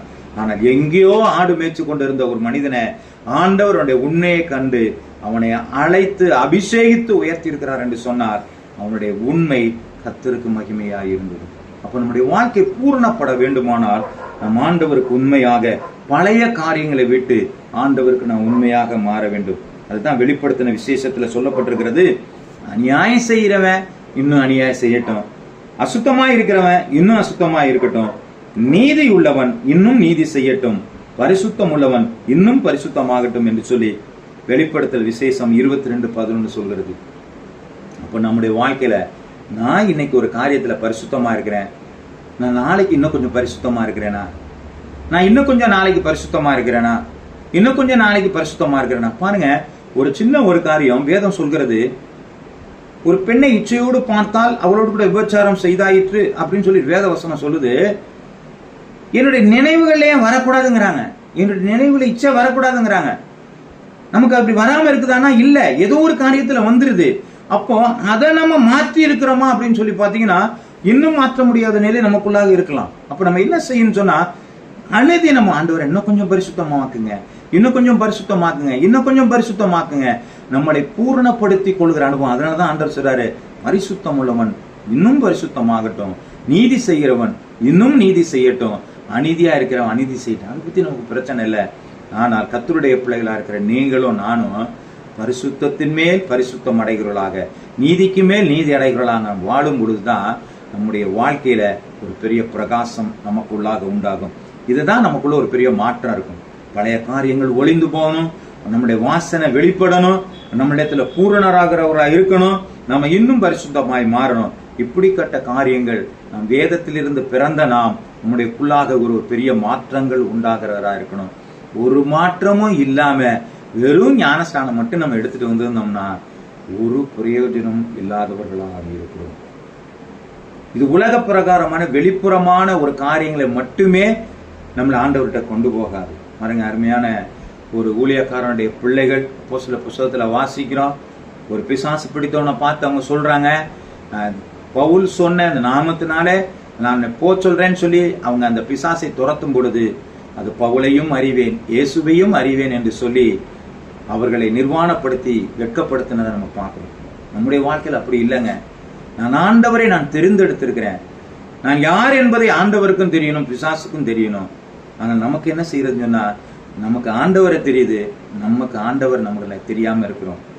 இல்லைங்க, நம்மளை பத்தி ஆண்டவர் அறிந்திருக்க வேண்டுமானா வார்த்தைக்கு கீழ்ப்படிந்திருக்கணும், அவராலே பெறப்படணும், இந்த வசனத்தினால பெறப்படணும். அவருடைய வசனங்கள் நமக்குள்ள பெரிய மாற்றங்களை கொண்டு வரணும், பூரணப்படுகிற அனுபவங்கள் நமக்குள்ள வரணும். நம்முடைய வாழ்க்கையில பரிசுத்தத்திற்கு மேல் பரிசுத்தம் அடையணும். இப்படிப்பட்ட மாற்றங்கள் நம்மிடத்துல வருகிறது நல்லதான ஒரு காரியமா இருக்கிறது. கர்த்தருடைய நாமம் மகிமைப்படுவதாக. 3 காரியங்கள் நம்ம பார்க்கும் பொழுது கர்த்தருடைய நாமம் மகிமைப்படுவதாக. மத்திய எழுதின புஸ்தகம் 5வது அதிகாரம் ஒரு வசனம் வாசிக்கலாம். அப்போஸ்தலர் எழுதின புஸ்தகம் 2வது அதிகாரம் 38வது வசனத்தை வாசிக்கலாம். 3வது ஒரு காரியத்தை பத்தி பேசுறோம். நம்முடைய வேதத்தினாலே வருகிற அந்த மாற்றங்கள் அப்படிங்கிறத பாக்குறோம். முதல்ல நம்ம கொண்டு வந்தது, நமக்குள்ள என்ன நடந்தது, நமக்குள்ளாக என்னத்தை மாற்றங்களை, வேதத்தினுடைய வளர்ச்சி எனக்குள்ள எப்படி வந்துச்சுன்னு பாக்குறோம். இப்ப அந்த வேத வளர்ச்சியினுடைய காரியத்தின் மூலமாக ஒரு மாற்றத்தை நான் கொண்டு வர வேண்டும் இல்லைங்களா? எனக்குள்ள மாற்றம் இல்ல, எனக்குள்ள முதல்ல மாற்றம் நடந்துச்சு, இப்போ நான் வெளியில ஒரு மாற்றங்களை கொண்டு வரணும். அதுதான் இப்போ கொண்டு வர வேதத்தினாலே வருகிற டிரான்ஸ்ஃபர்மேஷன் பை த ஸ்கிரிப்சர், என்னுடைய மறுரூபமாக்குதலாலே வருகிறதான காரியங்களை இந்த நேரத்தில் பார்க்க போறோம். அப்போஸ்தலர் எழுதின புஸ்தகம் 2வது அதிகாரம் 38வது வசனத்தில் நம்ம வாசிக்கும் பொழுது, பேது அவர்களை நோக்கி, நீங்கள் மனம் திரும்பி ஒவ்வொருவருக்கும் பாவ மன்னிப்புக்கு அந்த இயேசு கிறிஸ்துவின் நாமத்தினாலே ஞானஸ்நானம் பெற்றுக் கொள்ளுங்கள், அப்பொழுது பரிசுத்த ஆவியின் வரத்தை நீங்கள் பெறுவீர்கள் அப்படின்னு சொன்னாங்க.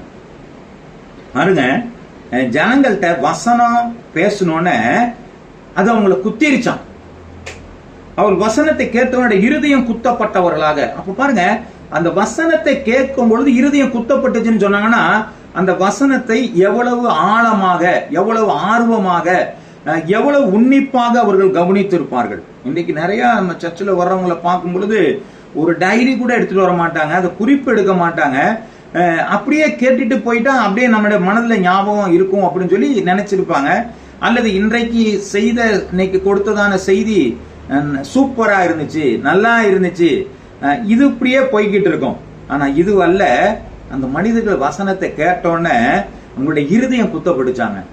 அந்த இருதயம் குத்தப்பட்டோன்னு அவங்க என்ன கேட்கிறாங்க, நாங்க என்ன செய்யணும் அப்படின்னு அவங்க கேட்கும் பொழுது அங்க பேதுரு சொல்றாரு, அவர்களை நோக்கி நீங்க முதல்ல மனம் திரும்புங்க, அப்புறம் பாவ மன்னிப்புக்கு என்று நீங்க இயேசு கிறிஸ்து நாமத்தினால ஞான ஸ்நானம் வாங்குங்க, அதுக்கப்புறம் நீங்க பரிசுத்த ஆவியினுடைய பெற்றுக்கொள்ளுங்க. ஒரு சிஸ்டமேட்டிக். அப்போஸ்தலர் 2ஆம் அதிகாரத்துல ஒரு சபையினுடைய 7 காரியங்கள், சபை ஐக்கியம், அப்பம் விற்குதல், கீழ்ப்படிதல், ஆண்டவர் மற்றவர்களிருந்து விலகுதல், இப்படியெல்லாம் நிறைய காரியங்கள், ஒரு 7 காரியங்களை அப்போஸ்தலர் 2ஆம் அதிகாரத்துல நம்ம பார்க்கிறோம். அப்ப அவங்க என்ன செய்யறாங்க, நீங்க மனம் திருப்பி விட்டீங்களா, ஞானஸ்நானம் வாங்கிட்டீங்களா, இப்ப பரிசுத்த ஆவியினுடைய வரங்களை பெறுங்கன்னு சொல்றாங்க. அப்படின்னா என்னன்னா, ஒரு பிரபகாண்டா நம்ம இடத்துல இருந்து வரணும், நமக்குள்ள இருந்து வெளியேறக்கூடிய ஒரு காரியங்கள். என்கிட்ட ஒரு வெளிச்சம் வந்துருச்சு, இது என்னை பிரகாசிக்க பண்ணணும், என்னிடத்துல இருந்து ஒரு வெளிச்சம் போகணும். ஒரு எப்படி ஒரு கண்ணாடி வெளியிலிருந்து வருகிற வெளிச்சத்தை தனக்குள்ள வாங்கி திரும்பி எப்படி பிரதிபலிக்கிறதோ, இதுவரையிலும் நான் உள்வாங்கின காரியத்தை நான் பிரதிபலிக்கணும், வெளியில கொண்டு வரணும். அதுதான் எனக்கு மிகப்பெரிய டிரான்ஸ்பர்மேஷன், மாற்றங்களை கொண்டு வருகிற காரியங்கள், மற்றவரிடத்துல மாற்றங்களை கொண்டு வருகிற காரியங்கள். மத்திய எழுதின புஸ்தகம் 5ஆவது அதிகாரம் 16வது வசனம் நமக்கு இப்படியாக சொல்கிறது, இவ்விதமாய் மனுஷர் உங்கள் நற்கிரிகளை கண்டு பரலோகத்தில் இருக்கிற உங்கள் பிதாவை மகிமைப்படுத்தும்படி உங்கள் வெளிச்சம் அவர்களுக்கு முன்பாக பிரகாசிப்பிக்க கடவுது. நல்ல ஒரு அருமையான ஒரு வார்த்தை. அதுல வசனத்தை பாருங்க, உங்களுடைய நற்கிரிகளை கண்டு பாருங்க. நாம செய்யற செயலை பார்த்துட்டு ஆண்டவரை பார்த்து மகிமைப்படணுமா, பிதாவை மகிமைப்படுத்தணுமா. அப்ப நம்ம ஒரு சில கிராமங்களை நம்ம பாக்குறோம், அவங்க கும்பிடுற சாமி நல்ல சாமிங்க. அது ஏன் இந்த வார்த்தை வருதுன்னு சொன்னா, இவங்க செயல்படுகிற காரியங்கள் அவங்களுடைய கடவுளை மகிமைப்படுத்துகிறதா இருக்கிறது. நாம செயல்படுகிற செயல்கள் மற்றவர்களை, தேவனை மகிமைப்படுத்தக்கூடியதா இருக்கிறது. ஆதி நாட்கள்ல பாக்குறோம், ஒரு கிறிஸ்டின் ஸ்கூல்ல கொண்டு போய் சேருங்க, ஒரு கிறிஸ்டின் ஹாஸ்பிட்டல்ல கொண்டு போய் சேருங்க. அப்போல்லாம் மிஷன் ஹாஸ்பிட்டல்லாம் வச்சிருந்தாங்க, கிறிஸ்டின் ஸ்கூல். அப்பெல்லாம் நிறைய ஸ்கூல் கிறிஸ்தவர்கள் வச்சிருந்தாங்க. அப்ப அந்த பள்ளியில சேருங்கன்னு சொன்னாங்க. ஏன் அதுல சேருங்க அப்படின்னு சொல்றதுக்கான காரணம், அங்க ஒழுங்கை கற்றுக் கொடுப்பார்கள், அங்க ஏழை எளியவர்களுக்கு அங்க உதவி செய்வார்கள், எங்க பிள்ளை நல்ல பிள்ளையா வந்துருங்க, அங்க ஒண்ணு கெடுதல் இல்ல, இப்படிப்பட்ட ஒரு சாட்சி இருந்து கொண்டிருந்தது. அதே போலதான் ஹாஸ்பிட்டல்ல பாத்தீங்கன்னா ஒரு கனிவான குணம் அங்க இருக்குங்க, அன்பான ஒரு எண்ணங்கள் இருக்குங்க. அப்படி என்று சொல்லி அவர்களுடைய நல்ல நடத்தைகள் பிதாவை மகிமைப்படுத்தி கொண்டிருக்கிறதாம். அப்போ நம்முடைய பிள்ளைகளுடைய வாழ்க்கைகள், வெளியிலே நம்முடைய நடக்கைகள் எப்படி இருக்கிறது என்று சொன்னா பிதாவை மகிமைப்படுத்தும்படியா இருக்கிறது. நான் வேலை பார்க்குற இடத்துல பார்த்து சொல்லணும், இல்லைங்க அவங்க அந்த சொல்லுங்க, அவர் உங்களுக்காக ஜெபம் பண்ணுவாருங்க, அது உங்களுக்கு ஆசீர்வாதமா இருக்கும். ஐயா இன்னைக்கு நமக்கு ஒரு மிஷின் வந்திருக்குங்க, அந்த அருமையான நம்ம சகோதரன் ஒருத்தர் இருக்கிறாரு, அவரை கூப்பிட்டு ஜெபம் பண்ண சொல்லுங்க, இந்த மிஷின் நல்லா ஓடுங்க. இதுதாங்க ஆசீர்வாதம். எதா இருந்தா நம்மளை கூப்பிடணும், இவங்களை கூப்பிட்டு ஜெபம் பண்ண சொல்லுங்க, இவங்களை கூப்பிட்டு ஜெபிக்க சொல்லுங்க, இவங்களை ஆசீர்வதிக்க சொல்லுங்க, இது ஆசீர்வாதமா இருக்கணும். இதுதான் நம்மளை வெளியில தேவனை மகிமைப்படுது. ஏன்னா அவங்க அப்படி இப்படி ஜெபிச்சு ஜெபிச்சு பழக்கப்பட்டவங்க, அவங்க ஜெபிக்கும் பொழுது நமக்கு ஆசீர்வாதமா மாறும் என்று சொல்லி மற்றவர்களை அறிந்து கொள்ளும் பொழுதுதான் நம்முடைய தேவனை அவர்கள் எதிர்பார்க்கிற ஒரு காரியம் இருக்குது. நாம பண்ற காரியம் நம்ம கடவுளை தூஷிக்கிறது. இன்னைக்கு இயேசுநாதரை பத்தி அனைவருக்கு தெரியுமா தெரியாதா என்பதை காட்டிலும் இயேசு கிறிஸ்து நல்லவர் என்பதை எல்லாரும் தெரிஞ்சு வச்சிருக்கிறாங்க. அதனாலதான் மற்றவர்கள் கடவுளை பின்பற்றுகிறவரா இல்லாம போனா கூட ஒன்னும் சொல்ல மாட்டாங்க. ஆனா ஒரு கிறிஸ்தவன் தவறு பண்ணும்போது சொல்லிடுவான், டக்குன்னு அவங்க சொல்லக்கூடிய காரியம், இவெல்லாம் ஒரு கிறிஸ்தவனா. அப்போ கிறிஸ்தவரிடத்துல ஜனங்களிடத்துல ஒரு எதிர்பார்ப்பு இருக்கிறது, அது இன்னமும் இருக்கிறது என்பதை நான் உணர்ந்திருக்கோம். ஜனங்கள் கிறிஸ்தவரிடத்துல ஒரு எதிர்பார்ப்பு வச்சிருக்கிறாங்க, இவங்க ஜெபம் பண்ணா சுகமாகும், இவங்களுடைய வாழ்க்கையில நன்மையை தான் செய்வாங்க, இவங்கள்ட்ட சொன்னீங்கன்னா நல்ல பழக்க வழக்கத்தை கொடுப்பாங்க, இவங்களோட பழகும் பொழுது நமக்கு நல்ல ஆசீர்வாதம் உண்டாகும். இப்படிப்பட்ட எண்ணங்களை நாம் கொண்டு வருகிறவர்களா இருக்குமா? அததான் சொல்றாங்க, நீ இவ்விதமாய் மனுஷர் உங்களுடைய நல்ல செயல்கள் மூலமாக உங்கள் வெளிச்சம் அவர்கள் முன்பு பிரகாசிக்கணும். எப்படிங்க? பிதாவை மகிமைப்படுத்தும்படியா, அவர்கள் ஆண்டவர் நல்லவர் என்று சொல்லும்படி என்னுடைய வெளிச்சம் பிரகாசிக்கணும். ஏனென்று சொன்னார், எந்த மனுஷனையும் பிரகாசிக்கிற ஒளியே அந்த மெய்யான ஒளி. ஏன்னா நான் இயேசுவை தான் பிரதிபலிக்கிறோம். அந்த இயேசுவை பிரதிபலிக்கும் பொழுது தேவனை அந்த இடத்துல மகிமைப்படுகிற காரியங்கள் உண்டாயிருக்கிறது. கர்த்தருடைய நாமம் மகிமைப்படுவதாக. நாம் இருக்கிற இடம் எப்படிப்பட்டதா இருக்குது, நாம் இருக்கிற இடம் சொல்லி இருக்கிற காரியங்கள்லாம் நம்மளை பத்தி எப்படி நடக்குது பாருங்க. ஒரு பிலிப்பு என்கிற ஒரு மனிதனை பார்க்கிறோம். அவன் ஒரு பந்தி விசாரிப்புக்காரன். பந்திகளை விசாரிக்கக்கூடிய, அதை எப்படி சரியா செய்யணும், அவங்களுக்கு யாராருக்கெல்லாம் என்னென்ன வேணும் அப்படிங்கிற ஒரு விசாரிக்கக்கூடிய இடத்துல இருந்த மனிதன். உபத்திரம் வரும் பொழுது அவன் சிதறடிக்கப்பட்டு அவன் சமாரியா தேச பகுதியில போகிறான். அப்பொழுது அவன் நடந்த ஒரு சம்பவத்தை நான் வாசித்து காட்டுறேன். அப்பொழுது பிலிப் என்பவன் சமாரியாவில் உள்ள ஒரு பட்டணத்திற்கு போய் அங்குள்ளவர்களுக்கு கிறிஸ்துவை குறித்து பிரசங்கித்தான். பிலிப்பு செய்த அதிசயங்களை ஜனங்கள் கேள்விப்பட்டு கண்டு அவனால் சொல்லப்பட்டவர்கள் ஒருமனப்பட்டு கவனித்தார்கள். அநேகரிருந்து அசுத்தாவிகள் மிகுந்த சத்தத்தோட கூப்பிட்டு அவர்களை விட்டு புறப்பட்டது. அநேக திமிர்வாதக்காரரும் சப்பானிகளும் குணமாக்கப்பட்டார்கள். அந்த பட்டணத்தில் சந்தோஷம் உண்டாயிருந்தது. ஒரு பெரிய பட்டணத்துக்கு ஒரே ஒரு பிலிப்பு போதும். இருக்காரு. பெரிய பட்டணம், ஒரு கிராமம்னே வச்சுக்கலாம். அந்த கிராமமா இருந்தா கூட அந்த பட்டணம் போட்டிருக்கிறதுனால பெரிய பட்டணமா தான் இருக்கணும். அந்த பட்டணத்துல எல்லாருக்கும் ஒரு சந்தோஷம் உண்டாக்குறது ஒரு மனிதனால உண்டாப்பட்டது. அவன் என்ன செய்கிறான்? அவன் அந்த பட்டணத்தில் பிலிப்பு சமாரிய பட்டணத்துக்கு போய் அங்கு உள்ளவர்களுக்கு கிறிஸ்துவை பிரசங்கித்தான். தன்னை குறிச்சு பிரசங்கம் பண்ணல. நான் ஜெபம் பண்ணும் பொழுது இது நடந்துச்சுன்னு சொல்லல. நான் ஜெபிச்சா இதெல்லாம் நடக்கும்னு சொல்லல. நான் ஜெபம் பண்ண அற்புதங்கள் நடக்கும்னு சொல்லல. நான் சொன்னா தீர்க்க தரிசனம் வரும்னு சொல்லல. அங்கள் ஆண்டவரை பிரசங்கித்தான். கிறிஸ்துவை மட்டுமே பிரசங்கித்தான். இயேசு யார் என்பதை மட்டுமே பிரசங்கித்தான். இன்னைக்கு நிறைய சொல்றது, நான் எப்படிப்பட்டவன் தெரியுமா, நான் எப்படி ஜெபிக்கிறது தெரியுமா, நம்மை முன்குறிக்கிற காரியங்கள் இன்னைக்கு நிறைய இருக்குதுங்க. ஆனால் பிலிப்பு இயேசுவை அவன் முன்குறித்தான். அவரை பற்றியுமே அவன் பிரசங்கித்தான். பிலிப்பு செய்த அதிசயங்கள் ஜனங்கள் கேள்விப்பட்டு அவனாலே சொல்லப்பட்டவர்களை ஒருமனப்பட்டு கவனித்தார்கள். அப்போ ஊர்ல இருக்கிற மனுஷன் நான் சொல்றத கவனிக்கிறேன் அப்படின்னு சொன்னா, நான் யார பத்தி பேசுறேன்? தற்புகழ்ச்சியான காரியங்களை பேசினா ஒரு மனுஷனும் கேட்க மாட்டான். ஆனா ஒரு நல்லவரை பற்றி பேசிக் கொண்டிருக்கிறோம், ஒரு தெய்வத்தை பத்தி பேசிக் கொண்டிருக்கிறோம், உன்னதமானவரை குறித்து பேசிக் கொண்டிருக்கிறோம், பாவங்களிலிருந்து விடுதலை குறித்தவரை அடைந்தவரை குறித்து நம்ம பேசிக் கொண்டிருக்கிறோம். இப்படிப்பட்டவரை பிரசங்கிக்கும் பொழுது, ஐயா நீ பாவத்தினாலே உனக்கு வியாதி வருகிறது, பாவத்தினாலே உனக்கு சாபம் வருகிறது, இந்த பாவத்திற்கு மீட்பு ஒருத்தர் கொடுக்கிறாருங்க, அவர்தான் இயேசு கிறிஸ்து, உன்னுடைய சாபங்களிலிருந்து விடுதலை கொடுக்கிறார், அவர்தான் இயேசு கிறிஸ்து. இதை அந்த மனுஷன் சொல்லிக்கிட்டு இருந்தான். இதை தான் ஜனங்கள் உற்று கவனித்துக் கொண்டிருந்தார்கள். அப்படி கவனித்துக் கொண்டிருந்தாங்க. அவங்கள்ட்ட இந்த அநேக அசுத்தாவிகள் புறப்பட்டு போனது. கர்த்தருடைய வசனத்தை கேட்டவர்கள் யாவர் மேலும் ஆவியானவர் இறங்கினார் என்று சொல்லி வேதத்துல வாசிக்கிறமே. இவன் பிரசங்கிக்க ஒருமனப்பட்டு கவனித்தார்கள். அவர்கள் கவனிக்கும் பொழுது அநேகரிடத்துல அசுத்த ஆவிகள் மிகுந்த சத்தத்தோடு அவர்களை விட்டு புறப்பட்டது. அநேக திமிர்வாதக்காரர்களும் சப்பானிகளும் குணமாக்கப்பட்டார்கள். பேசும் பொழுதே எல்லாம் சுகமா போச்சு. இன்னைக்கு நம்ம போய் தலையில கைய வச்சு ஆட்டி கீட்டி ரொம்ப பெரிய பண்றோம் இல்லைங்க.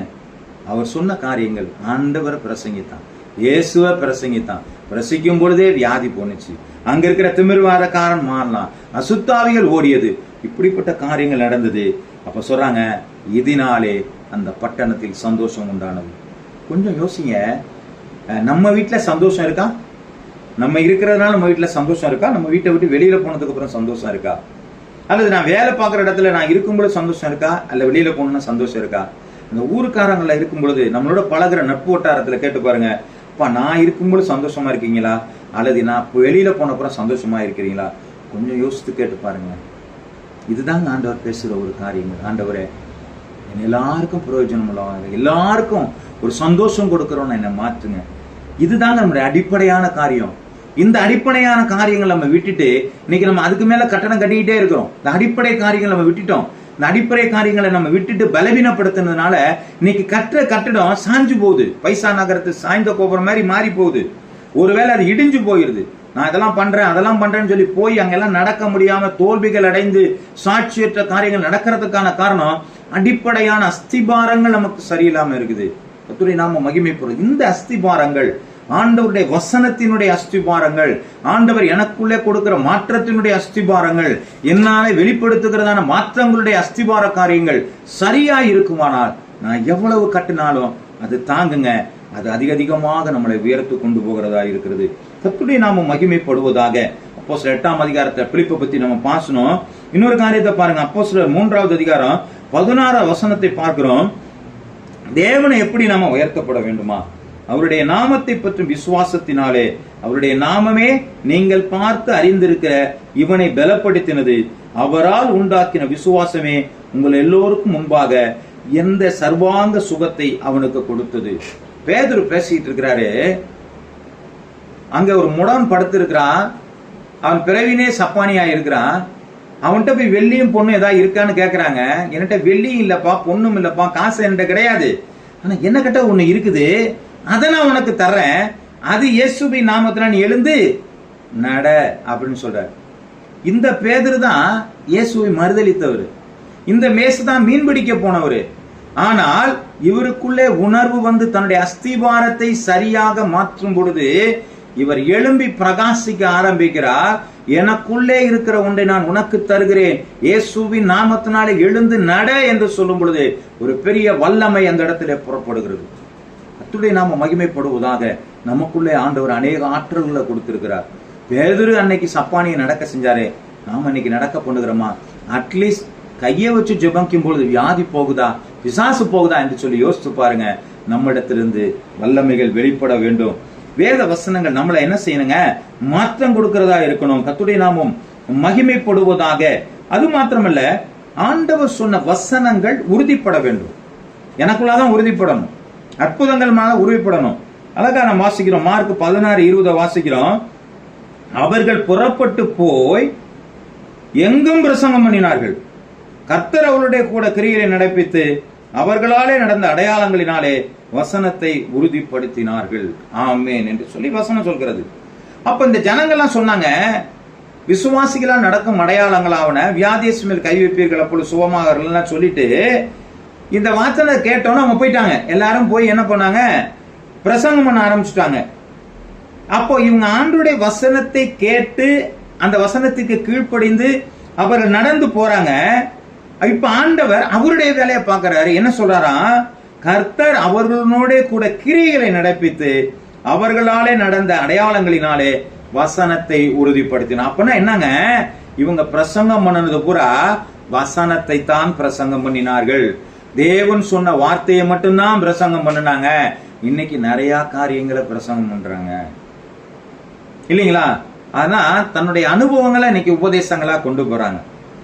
இன்னைக்கு ஏசுநாதரை பத்தி நம்ம பிரசங்கம் பண்ணும் பொழுது, நீங்க ஏசுநாதர்கிட்ட வந்துட்டா உங்களுக்கு இந்த கடன்லாம் நீங்கிரும், நீங்க ஏசுநாதர்கிட்ட வந்துட்டீங்கன்னா உங்களுக்கு வியாதி எல்லாம் மாறிடும், நீங்க ஏசுநாதர்கிட்ட வந்துட்டீங்கன்னா உங்க குழப்பங்கள்லாம் மாறும். இப்படி நாம ஏதோ ஒரு காரியத்தை, வசனம் அல்லாத காரியத்தை செய்யறோம். நீங்கள் இயேசு கிறிஸ்துவை விசுவாசி, நீயும் உன் வீட்டாரும் ரட்சிக்கப்படுவீர்கள். பாருங்க, சிறைச்சாலையில இருந்த பவுலும் சீலாவையும் அந்த சிறைச்சாலையில இருக்கும் பொழுது துதித்து பாடினார்கள். அவர்கள் அஸ்திபாரங்கள் அங்க அசைய ஆரம்பித்தது. சங்கிலிகள்லாம் அங்க என்ன பண்ணுதுங்க? உடைபட ஆரம்பித்தது. அவர்கள் விடுதலை ஆனார்கள். அவர்களை பார்த்த அந்த சிறைச்சாலை அதிகாரி என்ன பண்ணிட்டாருங்க? தற்கொலை பண்ணிக்க போனான். அப்ப சொன்ன, இல்லப்பா நாங்க இங்கதான் இருக்கிறோம். அப்புறம் நான் என்னங்க ரட்சிக்கப்பட நான் என்ன செய்யறதுங்க அப்படின்னு சொல்லும் பொழுது, அவன் ஞானஸ்தானம் பெறுறதுக்கு முன்னாடி சொல்றாங்க, வசனத்தை போதித்தார்கள் என்று சொல்லி. நம்ம எதை போதிக்கிறோங்க? நீங்க தயவு செய்து நீங்கள் யாரிடத்துல பேசினாலும் வசனத்தை மட்டும் போதியுங்கள், கற்பனைகளை போதிக்காதீர்கள். அறியாத ஒரு காரியத்தையோ அனுபவத்தையோ போதிக்காதீர்கள். நீங்க வசனத்தை மட்டும் பேசுனீங்கன்னா கர்த்தருடைய வசனம் சத்தியம், அது அநேகரை விடுதலையாக்கும். இதனால சொன்னாரு, நீ வசனத்தை சொன்னாங்க, அந்த வசனத்தை ஆண்டவர் என்ன செஞ்சாருங்க? கிரியை நடப்பித்து அதை உறுதிப்படுத்தினார் என்று சொல்லி பார்க்கிறோம். நாம வசனத்தை சொல்லாம வேற எதையோ சொல்லிட்டு போனோம்னா நிச்சயம் ஆண்டவர் அங்க என்ன செய்ய முடியாதுங்க? கிரியைகளை நடப்பிக்க முடியாது. அருமையான சகோதரனே சகோதரிய, நல்ல வேளையில ஆண்டவருடைய வசனத்தை நம்ம கேட்டுட்டு இருக்கிறோம். இந்த வசனத்தினுடைய உறுதிப்பாடு, நான் எந்த இடத்துல வசனத்துல நான் வளர்ந்திருக்கேன், வசனத்தினால என் இருதயத்துல எல்லாம் மாற்றம் நடந்திருக்கு, அதன் மூலமா எனக்கு வெளிப்புறங்கள்லாம் நான் நிறைய காரியங்களை செய்கிறேன். இந்த அஸ்திபார தன்மை நம்மள நிலைத்திருக்கும் பொழுது நம்முடைய வாழ்க்கையை ஆண்டவர் உயர்த்துகிறவராயிருக்கிறார். ஆண்டவர் நம்ம சொன்ன வசனத்தெல்லாம் அவர் உறுதிப்படுத்துகிறவராயிருக்கிறார். அப்ப அந்த வசனம் உறுதிப்படும் பொழுது மற்றவருடைய பார்வையில நீங்கள் உயர்த்தப்படுகிறவர்களாய் மாறிவிடுவீர்கள். கர்த்தருடைய நாமம் மகிமைப்படுவதாக. நம்முடைய வாழ்க்கை பேச்சில் அல்ல, பலத்திலே இருக்கிறது. ஆண்டவர் நம்மளை உருவாக்கும்படியாக நம்ம அனுப்பித்திருக்கிறார். ஆண்டவர் சொல்றாரு, பிதாவானவர் அநேக காரியங்களை செய்து ஆண்டவர் எப்படியாவது பாவங்களை மாற்றுன்னு சொல்லி நியாயப்பிரமாணங்கள் எல்லாம் கொடுத்தாரு. ஆனால் மீறுதல் வந்து கொண்டே இருந்தது. ஆனால் இந்த பிரமாணங்களை எல்லாம் மாற்றி இயேசு கிறிஸ்துவை கொண்டு வந்து அவரை சிலுவையின் மூலமாக அவருடைய ரத்தத்தை சிந்தி ஆண்டவருடைய பாவங்களை நீக்கி அவரும் பரலோகத்துக்கு போயிட்டாரு. இப்ப நமக்காக ஒருத்தர் இருக்கிறார்னு சொன்னார். பரிசுத்தாவியாகிய தேற்றவர் நம்மளோடு கூட இருக்கிறார். அவர் நமக்குள்ளாக இருந்து செயல்பட விரும்புகிறார். அவருக்கு நாம் இடம் கொடுத்து அந்த ஆவியான மூலமாக நாம் செயல்படும் பொழுது நம்முடைய வாழ்க்கையில வசனங்கள் வெளிப்படும். வசனத்தின் மூலமாக அற்புதம் வெளிப்படும். அந்த அற்புதத்தின் மூலமாக ஆண்டவருடைய வசனங்கள் உறுதிப்படுகிறது. அதனால் பட்டணங்கள் சந்தோஷமா இருக்கிற காரியங்களாக இருக்கிறது. கர்த்தருடைய நாமம் மகிமைப்படுவதாக. சபைகள் பக்தி விருத்தி அடைகிறதா இருக்கிறது. ஒரு சபை ஒரு ஊர்ல இருந்துச்சுன்னா அந்த ஊர் சந்தோஷமா இருக்கும். ஒரு சபை அந்த ஊர்ல இருந்துச்சுன்னா அநேகர் மாற்றங்களை கொண்டு வரணும். இல்லைங்க, அந்த சபையில இருக்கிறவங்க எல்லாம் ஒழுக்கமானவர்கள், அந்த சபையில இருக்கிறவங்க எல்லாம் உண்மையானவர்கள், அந்த சபையில காலந்தவராம போறாங்க. 9:30 மணி ஆச்சா 8:30 மணி ஆச்சா அவங்க ஆராதனைக்குள்ள இருக்க ஒருத்தவங்க கூட வெளியில பார்க்க முடியாதுங்க. இதுதாங்க அருமையான ஆண்டவருடைய ஒழுங்கின் காரியங்கள். ஆண்டவருடைய வேதம் சொல்கிறது எல்லாம் ஒழுங்கும் கிரகமாக இருக்கிறது. பாருங்க, 8:30 மணிக்கு சபை அப்படின்னு சொன்னா அங்க வெளியில யாரும் நிக்க மாட்டாங்க, எல்லாம் உள்ளதான் நிப்பாங்க. பாருங்க, அதுதாங்க ஒரு ஒழுக்கம். இதுலயே நம்ம நிறைய காரியங்கள்ல நம்ம குறை உள்ளவர்களாகத்தான் இருக்கிறோம். இல்லைங்க, எங்க வீட்டுக்கு விருந்தாளி வந்துருச்சு, இல்ல வரும்பொழுது இது நடந்துருச்சு. ஆனா இந்த காரியங்களை உலக பிரகாரமான வேலையில நம்ம சொல்றது கிடையாது. காரணம் என்னன்னா, இங்க யாரும் கேட்கறது கிடையாது, ஆனால் அங்க யாராவது கேட்பாங்க. ஆனால் இங்க யாரும் கேட்கறது இல்லைங்க, ஆனா ஒருத்தர் பார்த்துக்கிட்டு இருக்கிறார். ஏனென்று சொன்னால் 2-3 பேர் என் நாமத்தினாலே கூடி இருக்கும் பொழுது அவருடைய மத்தியிலே இருப்பேன் என்று சொன்ன தேவன் எப்ப 2 பேர் வந்துட்டாங்களோ அப்ப ஆண்டவர் அவர்கள் கூட இருக்கிறார். நாம் காலதாமதமாய் வந்தா ஆண்டவரை கனவீனப்படுத்துகிறோம். ஆண்டவர் சொல்றாரு, நான் பிதாவானால் என் கனம் எங்கே, நான் எஜமானானா எனக்கு பயப்படுகிற பயம் எங்கே என்று சொல்கிறார். இதாங்க ஆண்டவருடைய வசனம். நம்ம இதுக்கு கீழ்பட ஒரு சின்ன காரியத்துல நாம கீழ்படுகிறோமா? நம்முடைய ஆராதனை ஒழுக்கங்கள்ல நான் சரியா கீழ்படுகிறேனா? நம்முடைய சபையினுடைய கொடுக்கப்பட்டதான ஒழுக்கங்கள் காரியங்கள், அதனுடைய கூட்ட காரியங்கள், ஜபங்க காரியங்கள், இதுல நம்ம ஒழுங்கா இருக்கமான்னு கொஞ்சம் பார்த்தோன்னா நான் தவறுகிறோமானால் நம்முடைய வசனம் நமக்குள்ள நிக்கலன்னு அர்த்தம். இந்த வசனம் நமக்குள்ள நிலைப்படலை அப்படின்னு அர்த்தம். உறுதிப்படலை என்று சொன்னோம். அஸ்திபாரங்கள் கொஞ்சம் சரியில்லாம இருக்குன்னு அர்த்தம். இது நல்ல காலங்கள், இதுவே ரட்சணிய நாள். இந்த நாட்கள் நம்ம ஆண்டவருடைய வசனம் நமக்குள்ள வந்திருக்கு. இனிமேல நான் என்ன மாத்திக்கிறேன், இனிமேல நான் என்ன சரி பண்ணிக்கிறேங்கிற ஒரு நிலை நமக்குள்ள வருமானால் கர்த்தர் நம்மளை ஆசீர்வதிப்போம். வசனத்தை நம்ம வாசிக்கலாங்க. நம்முடைய ஜெபம்லாம் எப்படி தெரியுமாங்க இருக்கணும்? இனிமே நம்முடைய மாற்றங்கள்லாம் எப்படி இருக்கணும்னு சொன்னா, சங்கீதம் 51:10-11 வாசிச்சா, தேவனே சுத்த இருதயத்தை என்னிலே சிருஷ்டியும், நிலைவரமான ஆவியை என் உள்ளத்திலே புதுப்பியும், உமது சமூகத்தை விட்டு என்னை தள்ளாமலும் உமது பரிசுத்த ஆவியை என்னிடத்திலிருந்து எடுத்துக்கொள்ளாமல். தாவீதுடைய வாழ்க்கையில பாவம் வந்துச்சுங்க. ஆனா அந்த பாவம் வரும் பொழுது அவனுடைய வாழ்க்கையில நம்ம பாக்குறோம், ஆண்டவரே என்னை விட்டு தள்ளிடாதீங்க, உங்களுடைய ஆவியை என்னிடத்திலிருந்து எடுத்துக்காதீங்க, ஆண்டவரே உங்களுடைய சமூகத்தை விட்டு என்ன தள்ளாங்கன்னு ஒரு ஜெபம் பண்ணாம பாத்தீங்களா? அது ஆண்டவர் ஒரு நாளும் புறக்கணிக்கல. அதே மாதிரி நம்முடைய ஜெபம் இன்னைக்குள்ள இருக்குமானால் கர்த்தர் நம்மளை ஆசீர்வதிப்பாராக. கர்த்தர் பெரிய காரியங்களை செய்வார். இம்மட்டும் அந்த வார்த்தையை கேட்டுக்கொண்டு அருமையான சகோதரியே உங்களை நான் வாழ்த்துகிறேன், உங்களை ஆசீர்வதிக்கிறேன். உங்களுடைய அஸ்திபாரங்கள் பலப்படட்டும்.